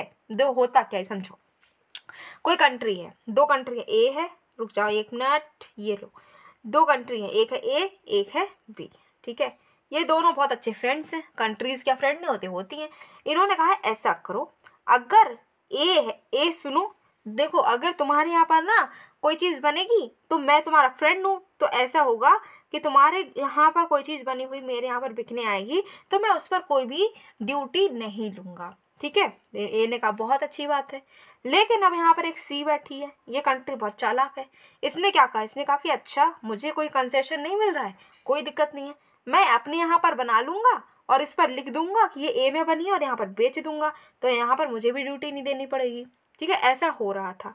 तो अब क्या कहा गया है, अब रूल आए, उन्होंने कहा कि ऐसा ना हो, इसके लिए ज़रूरी है कि कोई भी यहाँ पर बी में जो भी सामान जाएगा तो यहाँ पर 35% तो चीज़ जो है वो ए में बनी हुई हो, ऐसा ज़रूरी है। ठीक है, तब कंसेशन मिलेगा। समझ में आया? हाँ जी, समझ में आ गया। Moving towards our next topic that is export import bank. ये क्या है, ये इस्टेब्लिश की है हमारी सरकार ने। ठीक है, कौन से एक्ट के अंडर, तो export import bank of India act 1981 के अंडर ये एक्सटेंड करती है LOC। बहुत सारे जो फाइनेंशियल इंस्टीट्यूशंस हैं, रीजनल डेवलपमेंट बैंक्स हैं या फिर अलग जो भी फॉरेन आपके कोई भी इंस्टीट्यूशन है, उसको अगर पैसा चाहिए होता है तो उसको लाइन ऑफ क्रेडिट प्रोवाइड करती है हमारी एक्सिम बैंक। इसका ऑब्जेक्टिव ये है कि ऐसी कंट्रीज़ जहाँ पर जो आपकी इंपोर्ट डेवलपमेंट या इंफ्रास्ट्रक्चर प्रोजेक्ट, गुड सर्विसेज जो इंडिया जा रही है, या फिर कुछ भी ऐसा जो है उनको क्रेडिट चाहिए, तो वो सब प्रोवाइड करती है हमारी एक्सिम बैंक। ठीक है। नेक्स्ट है आपका निर्यात। निर्यात क्या है? तो ये national import export record for yearly analysis of trade portal है। वन स्टॉप प्लेस है, जितनी भी आपको कोई भी इंफॉर्मेशन चाहिए हमारी इंडिया के फॉरेन ट्रेड से रिलेटेड, जो भी आपको इंफॉर्मेशन चाहिए है, तो आप निर्यात पर जाकर देख सकते हैं। ये क्या करेगा? आपको रियल टाइम डेटा देगा, जितने भी स्टेक होल्डर्स हैं उन सबको। ठीक है। इंपॉर्टेंट इंफॉर्मेशन जैसे कि 30 कमोडिटी ग्रुप्स से रिलेटेड, उससे ज़्यादा ही कमोडिटीज़ की आपको क्या करेगा? ये इंफॉर्मेशन प्रोवाइड करेगा, जो कि 200 कंट्रीज़ ऑफ द वर्ल्ड को भी एक्सपोर्ट की गई हैं। उन जो ऐसे 30 कमोडिटीज़ जो 200 से ज़्यादा कंट्रीज़ को एक्सपोर्ट की गई हैं, उनसे रिलेटेड सारी इन्फॉर्मेशन आपको यहाँ पर मिल जाएगी। ठीक है। आने वाले समय में हो सकता है कि डिस्ट्रिक्ट वाइज जो भी एक्सपोर्ट हुआ है वो भी आपको इन्फॉर्मेशन दे सके। उसके बाद बात करें तो इंडियन बिजनेस पोर्टल, ये एक ऑनलाइन ग्लोबल ट्रेड हब है जो कि लॉन्च हुआ है, जिससे कि एक्सपोर्टर और फॉरेन बायर्स जो हैं उनके लिए ये एक global trade hub online launch किया गया है। ये क्या है? Business to business digital market place है, जो कि स्मॉल मीडियम एंटरप्राइजेस को, एक्सपोर्टर्स को, आर्टिशंस को, फार्मर्स को एम्पावर करेगा कि वो जो नई मार्केट है उनके प्रोडक्ट की, उसको वो पहचान सकें और अपनी सेल्स को बढ़ा सकें। ठीक है। ये जो ऐसे प्रोडक्ट्स, ऐसे जो आपकी चीज़ें हैं जो इंडिया में बनी हैं, इसको एनकरेज करते हैं। इसको डेवलप किया है federation of Indian export organisation ने। फिर है आरबीआई की report on currency and finance. ठीक है। ये जो एनुअल रिपोर्ट है जिसकी थीम है रिवाइव एंड रिकंस्ट्रक्ट, इसने एक स्ट्रैटेजी प्रोवाइड की है कि कैसे हम मीडियम टर्म पर इकोनॉमिक ग्रोथ को 6.5 और 8.5% के बीच में ग्रो कर सकते हैं। ऑब्जर्वेशन की बात करें तो इन्होंने कहा है कि इंडियन इकोनॉमी को लगभग 12 साल लगेंगे। जो अभी कोविड-19 में लॉस हुआ है उससे उभरने के लिए हमें लगभग 12 साल लग जाएंगे। अभी कैपिटल इन्फ्यूजन जो हुआ है, उससे जो पब्लिक सेक्टर बैंक से इनको हेल्प हुई है कि वो अपने करार को इम्प्रूव कर पाई हैं। ओके। नेक्स्ट है रिवर्स करेंसी वॉर। ये क्या होता है? तो इंटरेस्ट रेट जो है यूएस ने बढ़ाया, इसकी वजह से दूसरी करेंसीज जो है उनकी वैल्यू जो है वो वीक हो गई है। बहुत सारी कंट्रीज ऐसी हैं वो अपने आप से ऐसा करती है जिससे कि उनकी वैल्यू कम हो जाए और एक्सपोर्ट उनके प्रमोट हो। इसको ही हम करेंसी वॉर कहते हैं। जब सपोज करो, इसको समझते हैं, देखो कैसे समझते हैं। अभी हमारी कंट्री में एक वॉच कितने की मिलती है? सपोज करो 200 रुपये की। 200 रुपये की एक वॉच मिल गई। ठीक है। अब सपोज करो कि इसके लिए लगभग क्या होता है कि आपको $7 देने पड़ रहे हैं, डॉलर। ठीक है। तो अगर कोई पर्सन जो है यूएस में बैठा है, वो हमारे यहाँ की वॉच पहनना चाहता है, तो 7 अपने डॉलर देगा और हमारी वॉच खरीद लेगा। अब हमने क्या किया? हमने अपनी वैल्यू और कम कर दी, अपने रुपए की वैल्यू जो है और कम कर दी। तो अभी $1 में अभी हमें और ज़्यादा रुपए देने पड़ रहे हैं। मतलब एक वॉच जो अभी $7 की मिल रही थी, अब क्या हो गया? उस वॉच की जो 200 रुपये की थी, अब वो हमने वॉच कर दी है कितने रुपए की? अब हमने कर दी है वॉच वो 100 रुपये की। तो अभी क्या होगा? 100 रुपये की हमने वॉच कर दी है। यार सपोज करो 200 की ही वॉच करी है, 200 की वॉच तो 200 की है, लेकिन हमारे रुपए की वैल्यू और कम हो गई है। मतलब अब क्या होगा कि हमारे रुपए की वैल्यू कम हो गई, तो ज़्यादा रुपए हमें देंगे तब हमें $1 मिलेगा। मतलब $1 में कम, एक डॉलर में अब ज़्यादा से ज़्यादा रुपए खरीद सकता है वो। मतलब कि अब वो क्या है, जो $7 में अभी ये वॉच ले रहा था, अब वो $5 में ये वॉच ले सकता है। तो क्या होगा? उसको सस्ती पड़ जाएगी ना, तो वो पर्सन हमारे यहाँ की वॉच ले लेगा, मतलब हमारा एक्सपोर्ट बढ़ जाएगा। ये होता है। तो मतलब क्या होता है कि कोई करेंसी जो है वो अपनी वैल्यू कम करती है जिससे कि उसकी एक्सपोर्ट बढ़े। ठीक है। इसी को हम करेंसी वॉर कहते हैं। ठीक है। लेकिन अगर हम करेंसी को डॉलर के अगेंस्ट में वीक करते हैं, इसकी वजह से इम्पोर्ट बढ़ जाता है, और इम्पोर्ट बढ़ जाता है तो फिर ज़रूरी नहीं है कि जो हम चाहते हैं वो हो। इसको हम कहते हैं रिवर्स करेंसी वॉर। ठीक है। फिर है ओवरसीज डायरेक्ट इन्वेस्टमेंट, ODI। ये क्या है? तो सेवी इन्वेस्टर्स जो है वो ODI रूट को यूज़ कर रहे हैं जिससे कि क्रिप्टो करेंसी पे वो वेट लगा सके अब्रोड में, ये बोला गया है। ठीक है। ODI क्या है? एक इन्वेस्टमेंट जो है जो कि इंडिया के बाहर अगर हम करते हैं वो होता है ODI का एक रूट है जिससे हम इंडिया के बाहर इन्वेस्टमेंट कर सकते हैं किसी जॉइंट वेंचर में या फिर होली ओन सब्सिडारी में, चाहे वो ऑटोमेटिक रूट से करें या फिर अप्रूवल रूट से करें। इंडियन पार्टीज़ जो हैं उनको ये परमिट नहीं है, ये परमिशन नहीं है कि वो फॉरेन एंटिटीज़ में इन्वेस्टमेंट करें, ऐसी एंटिटीज़ जो कि रियल एस्टेट बिजनेस में इन्वॉल्व हों या फिर ऐसे फाइनेंशियल प्रोडक्ट को ऑफर करती हों जो कि इंडियन रुपीज़ से लिंक्ड हों। ठीक है, इतना आपको याद रखना है इसमें।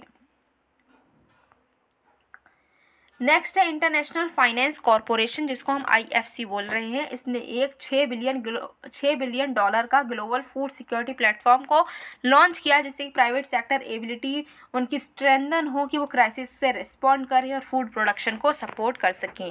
ये जो प्लेटफॉर्म है ये फोकस करेगा कैसे हम ग्लोबल फूड सिस्टम को और ज़्यादा रिजिलियंट बनाएंगे और इकोलॉजिकल फुटप्रिंट को कम करेंगे।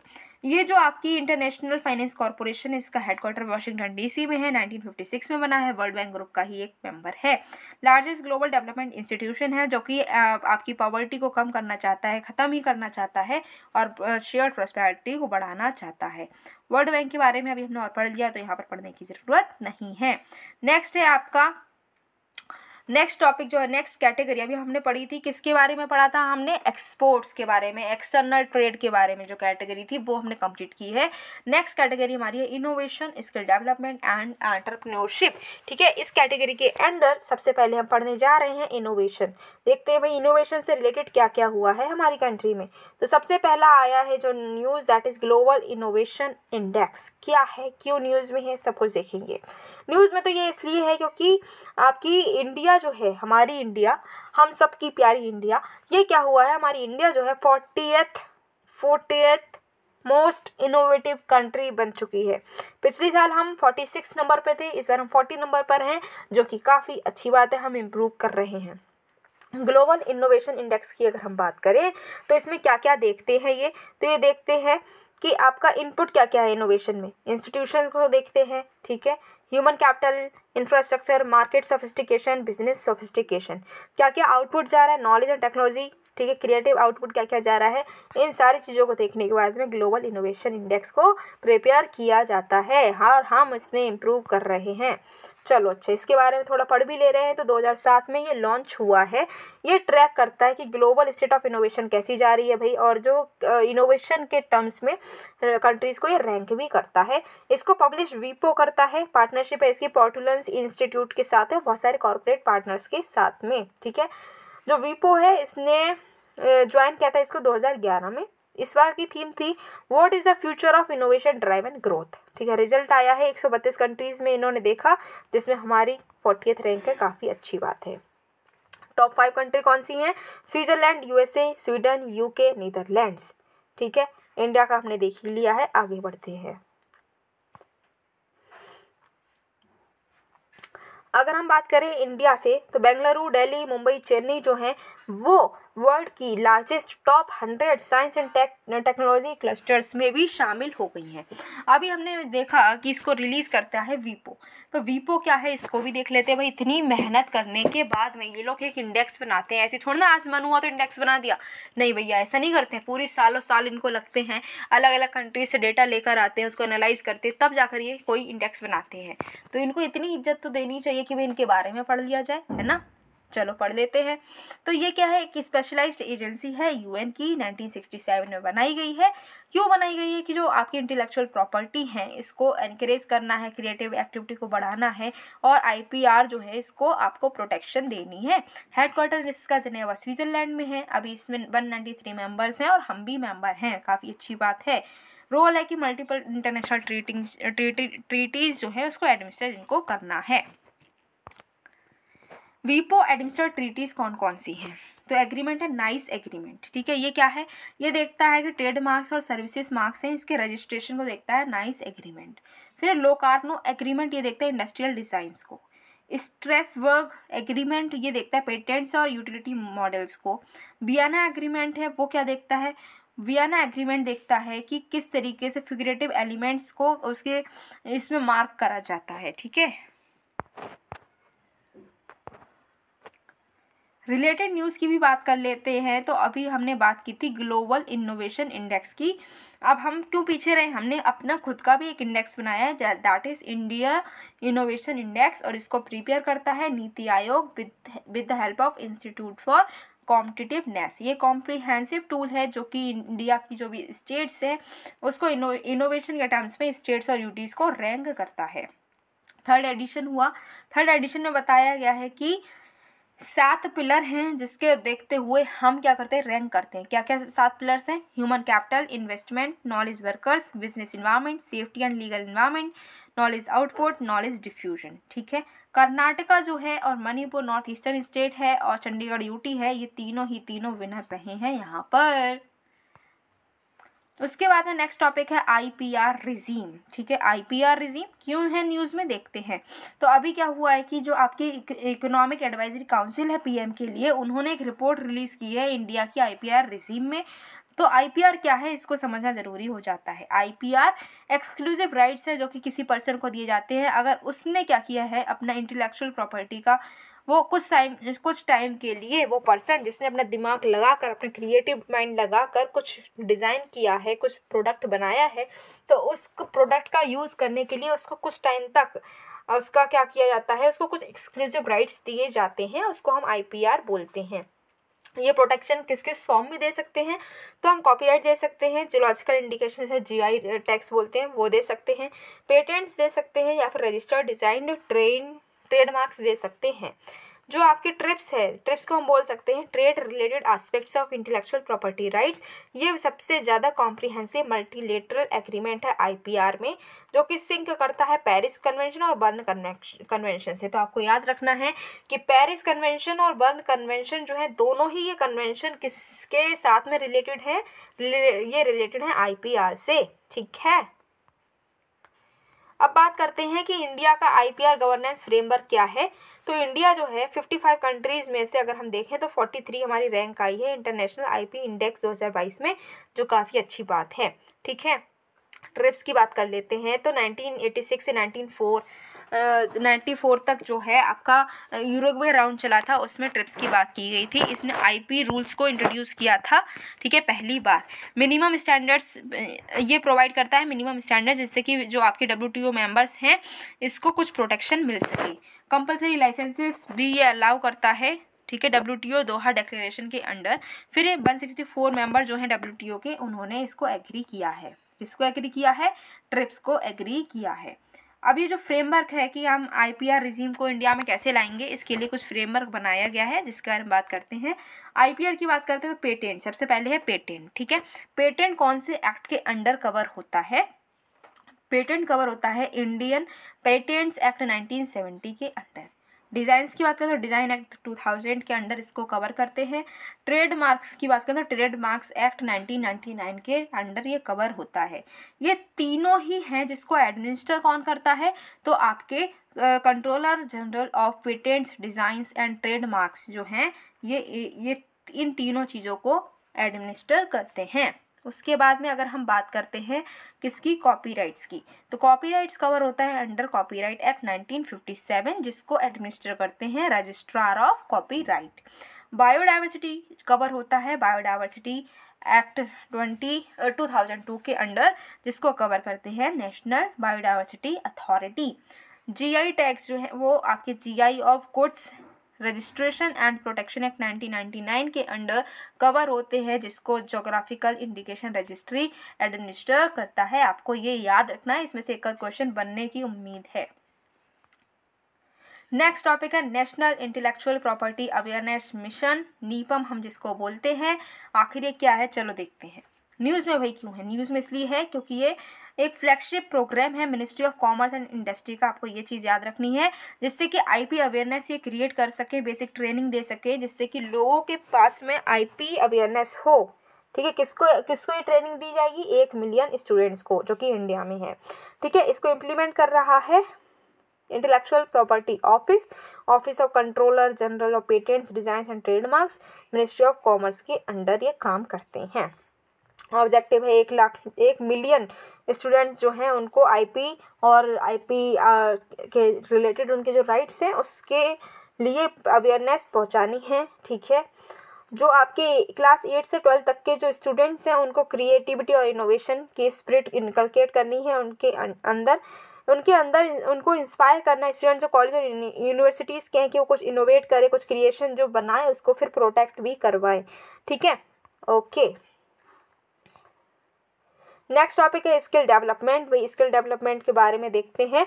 तो स्किलिंग लैंडस्केप जो इंडिया का क्या है, तो अभी स्किल्ड वर्कफोर्स हम अपने देखते हैं उसका स्टेटस हमारी इंडिया में। ठीक है, स्किल्ड वर्कफोर्स का स्टेटस बता रही है India skills report 2023।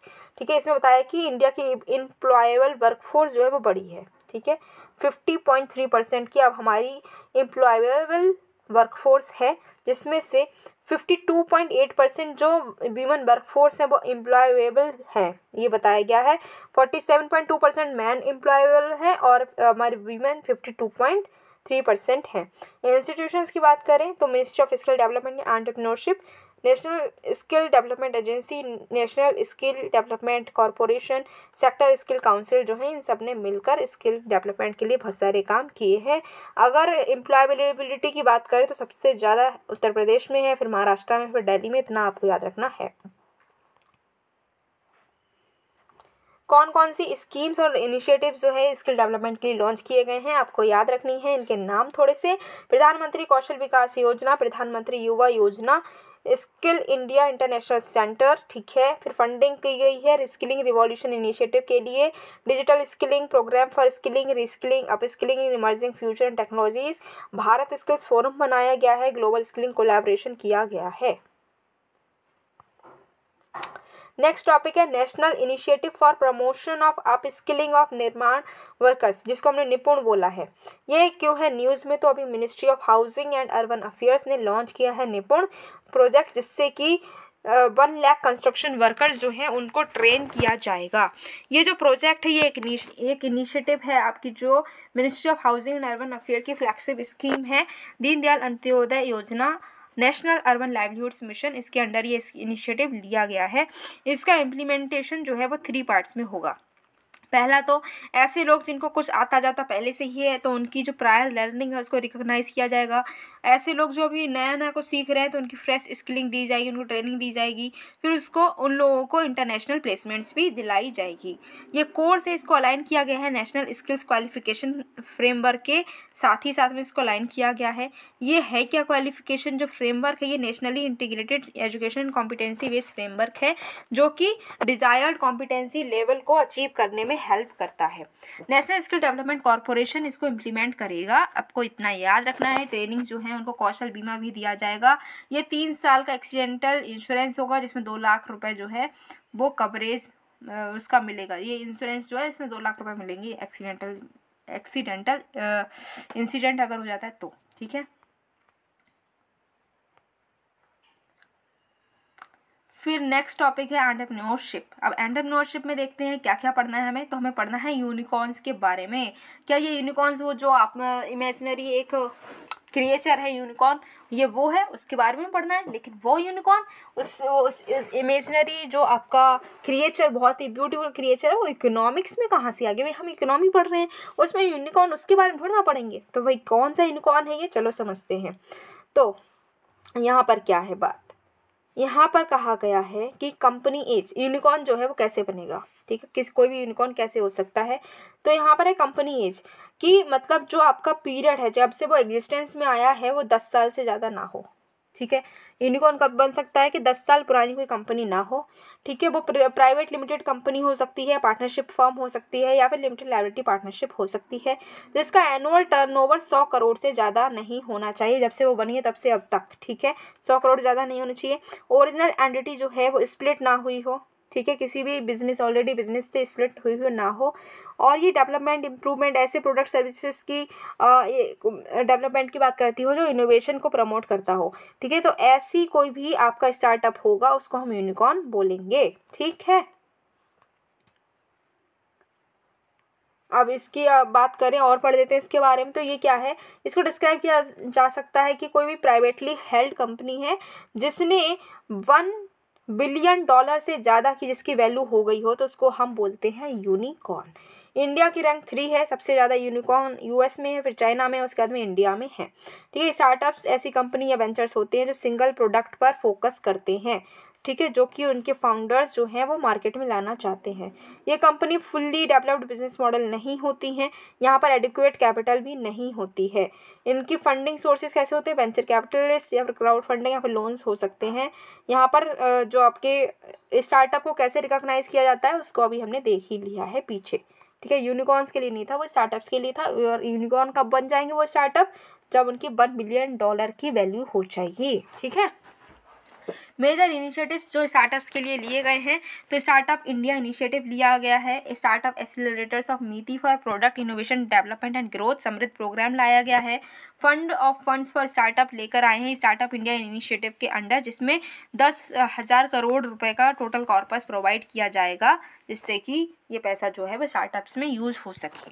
National startup awards लेकर आए गए हैं जो कि रिकॉग्नाइज करेंगे जो स्टार्टअप इकोसिस्टम इनेबलर्स हैं, वो जो टॉप स्टार्टअप इनेबलर्स हैं उनको दिया जाएगा। Startup India seed fund scheme लेकर आई गई है 2021 में, जिससे कि जो एलिजिबल स्टार्टअप्स हैं उनको 2021 में कुछ फाइनेंशियल असिस्टेंस जो है प्रोवाइड की जा सकी। रिलेटेड न्यूज़ की अगर हम बात करें तो ranking of states startup ecosystem, इसको 2018 में DPIIT ने लॉन्च किया है, जिसमें क्या होता है कि रैंक किया जाता है। किसको रैंक करते हैं कि आपकी जो स्टार्टअप इकोसिस्टम में कौन कौन सी स्टेट्स और यूटीज़ हैं वो बेस्ट परफॉर्म कर रही हैं, उनको हम क्या करते हैं? रैंक करते हैं। अभी इसमें 2021 में 24 स्टेट्स और 7 यूटीज़ को कवर किया गया था। उनकी परफॉर्मेंस के बेसिस पर 7 एरियाज़ देखे गए थे। पार्टिसिपेंट्स को ग्रेड किया गया था कि बेस्ट परफॉर्मेंस है, टॉप परफॉर्मेंस है, लीडर्स हैं, एस्पायरिंग लीडर्स और इमर्जिंग स्टार्टअप इकोसिस्टम्स हैं। ठीक है, ये जो आपके AIFs हैं ये क्या हैं? प्राइवेटली पूल्ड इन्वेस्टमेंट फंड्स होते हैं, ट्रस्ट के फॉर्म में हो सकते हैं, company, body, corporate, limited liability, partnership के फॉर्म में हो सकते हैं। इसमें family trust, employ welfare trust और ग्रेजुएटी ट्रस्ट को इंक्लूड नहीं किया जाता है। नेक्स्ट टॉपिक है government e market place portal. भाई न्यूज़ में क्यों है? तो ये न्यूज़ में इसलिए है क्योंकि यूनियन कैबिनेट ने अप्रूव कर दिया है एक प्रपोजल कि वो क्या करेंगे, जो आपका global government e market place portal है इसमें वो अलाउ करेंगे कि जो कोऑपरेटिव्स हैं वो भी इसमें बाय कर सकते हैं। ठीक है, ये अभी तक सरकार के जो भी आपके ऑफिसेस हैं जो भी वो यहाँ से बाय कर रहे थे, परचेस करते थे, लेकिन अब कोऑपरेटिव्स को भी यहाँ पर अलाउ किया गया है कि वो भी यहाँ से खरीद सकते हैं अपना सामान। ठीक है, 2016 में इसको लॉन्च किया गया है, मिनिस्ट्री ऑफ कॉमर्स ने इसको लॉन्च किया है, जिससे कि एक ओपन ट्रांसपेरेंट प्रोक्योरमेंट प्लेटफॉर्म को बनाया जाए गवर्नमेंट बायर्स के लिए। इसको डेवलप किया है directorate general of supplies disposals, ठीक है, और टेक्निकल सपोर्ट रहा है NEGD का, किसके अंडर? मीति के अंडर। ये ऑनलाइन प्रोक्योरमेंट को फैसिलिटेट करता है जो common use goods and services हैं जो सरकार के अलग अलग ऑफिसेज में रिक्वायरमेंट होती है उसके लिए। ठीक है, प्राइवेट बायर्स इसको नहीं खरीद सकते थे, लेकिन हाँ वो बेच सकते हैं पर खरीद नहीं सकते हैं, आपको याद रखना है। जनरल फाइनेंशियल रूल 2017 में मैंडेट किया गया, जितने मिनिस्ट्री डिपार्टमेंट है सरकार के वो यहीं से कुछ ना कुछ खरीदेंगे जो भी उनको चाहिए है। ठीक है, इसको मैनेज किया जाता है GEM स्पेशल पर्पस व्हीकल से। ये एक 100% ओन्ड गवर्नमेंट ओन्ड बॉडी है। ठीक है, गवर्नमेंट ओन्ड कंपनी है। जो परचेज यहाँ से होंगी वहाँ पर जो गवर्नमेंट यूजर्स जो परचेज करेंगे वो ऑथोराइज्ड होगी और मैंडेटरी होगी मिनिस्ट्री ऑफ फाइनेंस के अंडर। नेक्स्ट टॉपिक है की concepts and information on innovation, skill development and entrepreneurship. ठीक है, क्या क्या है? पहला है गिग वर्कर्स। गिग वर्कर्स क्यों है न्यूज़ में, चलो देखते हैं। तो नीति आयोग ने एक रिपोर्ट निकाली है जिसका नाम है India's booming gig and platform economy report. ठीक है, इसने कहा कि जो यूनिवर्सल सोशल सिक्योरिटी कवरेज है ये जो आपके गिग वर्कर्स हैं इनको भी ये अलाउ करनी चाहिए, उन पर भी ये लागू होनी चाहिए। यूनिवर्सल सोशल सिक्योरिटी कवरेज है, इसमें गिग वर्कर्स को भी लाना चाहिए। गिग वर्कर होते कौन है आपको ये ध्यान रखना है।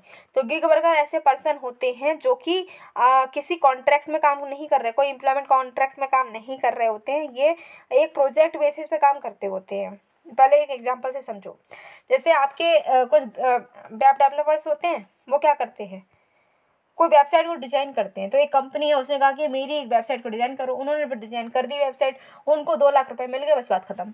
अब उनका उस कंपनी के वो एम्प्लॉय तो नहीं रहे ना, तो उन जो गिग वर्कर्स होते हैं ना वो कॉन्ट्रैक्ट बेसिस पे काम करते हैं कि आपको एक प्रोजेक्ट करना है, ये प्रोजेक्ट खत्म, आपका मेरा जो रिश्ता है वो खत्म, ये रहता है उनके बीच में। ऐसा नहीं है कि एक एम्प्लॉयर एम्प्लॉय का उनका रिलेशनशिप बिल्ट हो, वो नहीं बिल्ट होता है, ठीक है। वो ट्रेडिशनल एम्प्लॉयर और एम्प्लॉय रिलेशनशिप में नहीं आते हैं, उसके बाहर वो रहते हैं, इतना आपको याद रखना है। इसके लिए एक प्रोजेक्ट भी चलाया गया है, दैट इज रेज, ठीक है। Recognise the varied nature of platform work to design equitable schemes, फिर अलाउ करना है, सोशल सिक्योरिटी उनको लेकर आनी है, ठीक है। उसके बाद में इनकॉर्पोरेट करना है, जब हमें स्कीम्स बना रहे हैं लेबर को लेकर तब हमें गिग वर्कर्स को भी ध्यान में रखना है, उनको सपोर्ट करना है और याद रखना है कि ऐसे वर्कर्स को भी बेनिफिट्स प्रोवाइड करने चाहिए। ये रेज एक आपका इनिशिएटिव है। नेक्स्ट है प्रोडक्टिविटी।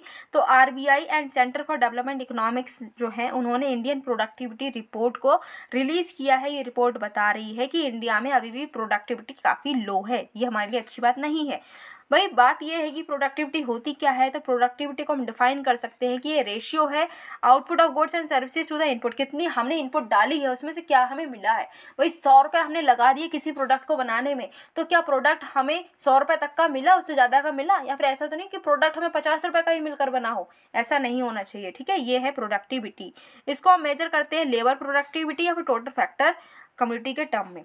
टाइम बैंकिंग की बात करें तो टाइम बैंक क्या है, ये time sharing cooperative among women है, ठीक है, जहाँ पर 1 घंटे का मतलब है कि 1 टाइम क्रेडिट, ठीक। यहाँ पर सर्विसेज क्या परफॉर्म की है ये ज़रूरी नहीं है, यहाँ पर देखा जाता है 1 घंटा काम किया गया है तो 1 टाइम क्रेडिट मिल गया है, ये होती है टाइम बैंकिंग। टाइम बैंकिंग को हम व्यू कर सकते हैं, ये अपॉर्चुनिटी कॉस्ट है कि अनपेड एक्टिविटी जो वीमेन कर रही हैं टाइम ऐसे किसी ऐसे काम करने में जिसमें आपका टाइम तो गया लेकिन आपको कुछ पेमेंट नहीं हुआ। जैसे वीमेन होती हैं घर पे खाना बना रही हैं, काम ऐसा कर रही है कि खाना बना रही है लेकिन उसके बदले उन्हें कुछ पेमेंट तो नहीं मिल रहा है ना, तो ये क्या हुआ है, उनका 1 घंटा खाना बनाने में चला गया लेकिन उन्हें क्या हुआ, उन्हें पैसा नहीं मिला उसके बदले, तो वो क्या है टाइम बैंकिंग के ज़रिए हम नाप सकते हैं, ठीक है। तो उनका 1 टाइम क्रेडिट ये हो जाएगा, ठीक। उसके बाद में नेशनल करियर सर्विस पोर्टल, ये क्या है, तो ये जॉब प्लेटफॉर्म है, 2015 में लॉन्च हुआ। Ministry of labour and employment ने इसको लॉन्च किया है जिससे कि वैरायटी ऑफ एम्प्लॉयमेंट सर्विसेज को प्रोवाइड किया जा सके। एम ये है कि जो भी लोग आपकी जॉब को सीख कर जॉब देख रहे हैं उनको कनेक्ट किया जा सके ऐसे लोगों से जो जॉब देने के लिए काबिल हैं, जो जॉब देना चाहते हैं, ठीक है, उनको कनेक्ट करने के लिए पोर्टल बनाया गया है। नेक्स्ट है अटल न्यू इंडिया चैलेंज। ये अटल इनोवेशन मिशन जो है उन्होंने लॉन्च किया है वीमेन सेंट्रिक चैलेंजेस जो कि अटल न्यू इंडिया चैलेंज प्रोग्राम के अंडर कवर होंगे, जिसमें दिखाया जाएगा कि जो वीमेन है उनको अपनी लाइफ में कहाँ कहाँ पर कितनी कितनी प्रॉब्लम्स को फेस करना पड़ता है, कौन कौन से इश्यूज़ को फेस करना पड़ता है, उसको यहाँ पर दिखाया जाएगा।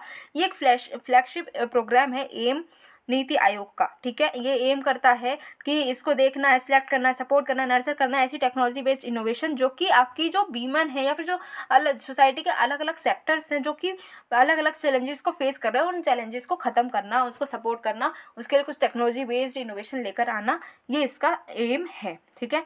ये हेल्प करता है कि एड्रेस कर सके हम जो commercialisation of value of death है उसको हम एड्रेस कर सकें। अलग अलग इनोवेटर स्केल पर हम सपोर्ट करेंगे, बहुत सारे रिस्क एसोसिएटेड हैं रिसोर्स को लेकर, उनको सपोर्ट करने की बात ये करता है। ये 1 करोड़ फंड प्रोवाइड करेगा, आपको याद रखना है।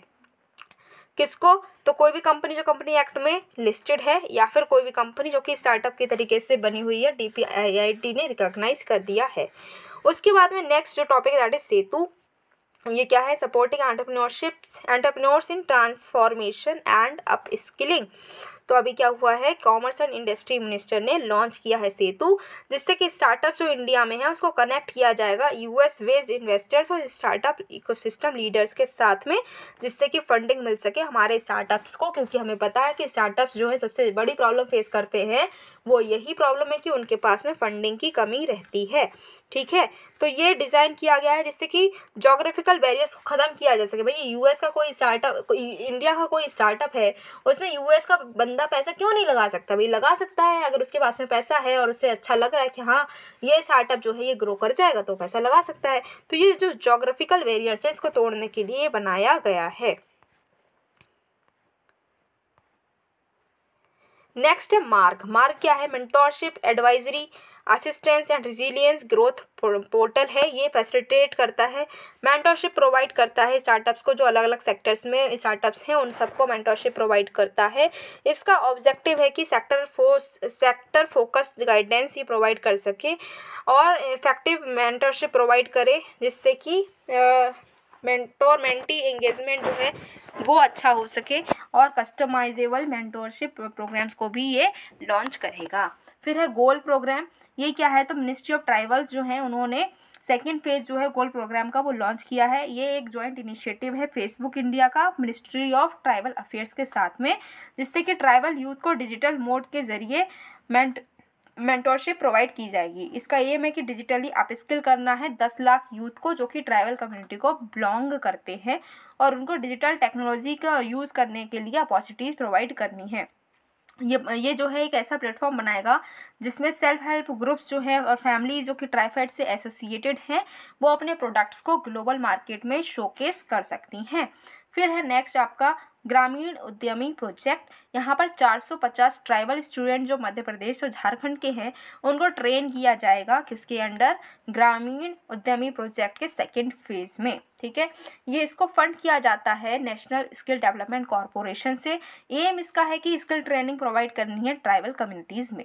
6 स्टेट्स में ये इम्प्लीमेंटेड है, महाराष्ट्र, राजस्थान, छत्तीसगढ़, मध्य प्रदेश, झारखंड एंड गुजरात। ठीक है, ट्रेनिंग जो है ये जॉब रोल्स के लिए प्रोवाइड की जाएगी जो भी उनके लिए एप्लीकेबल होंगे।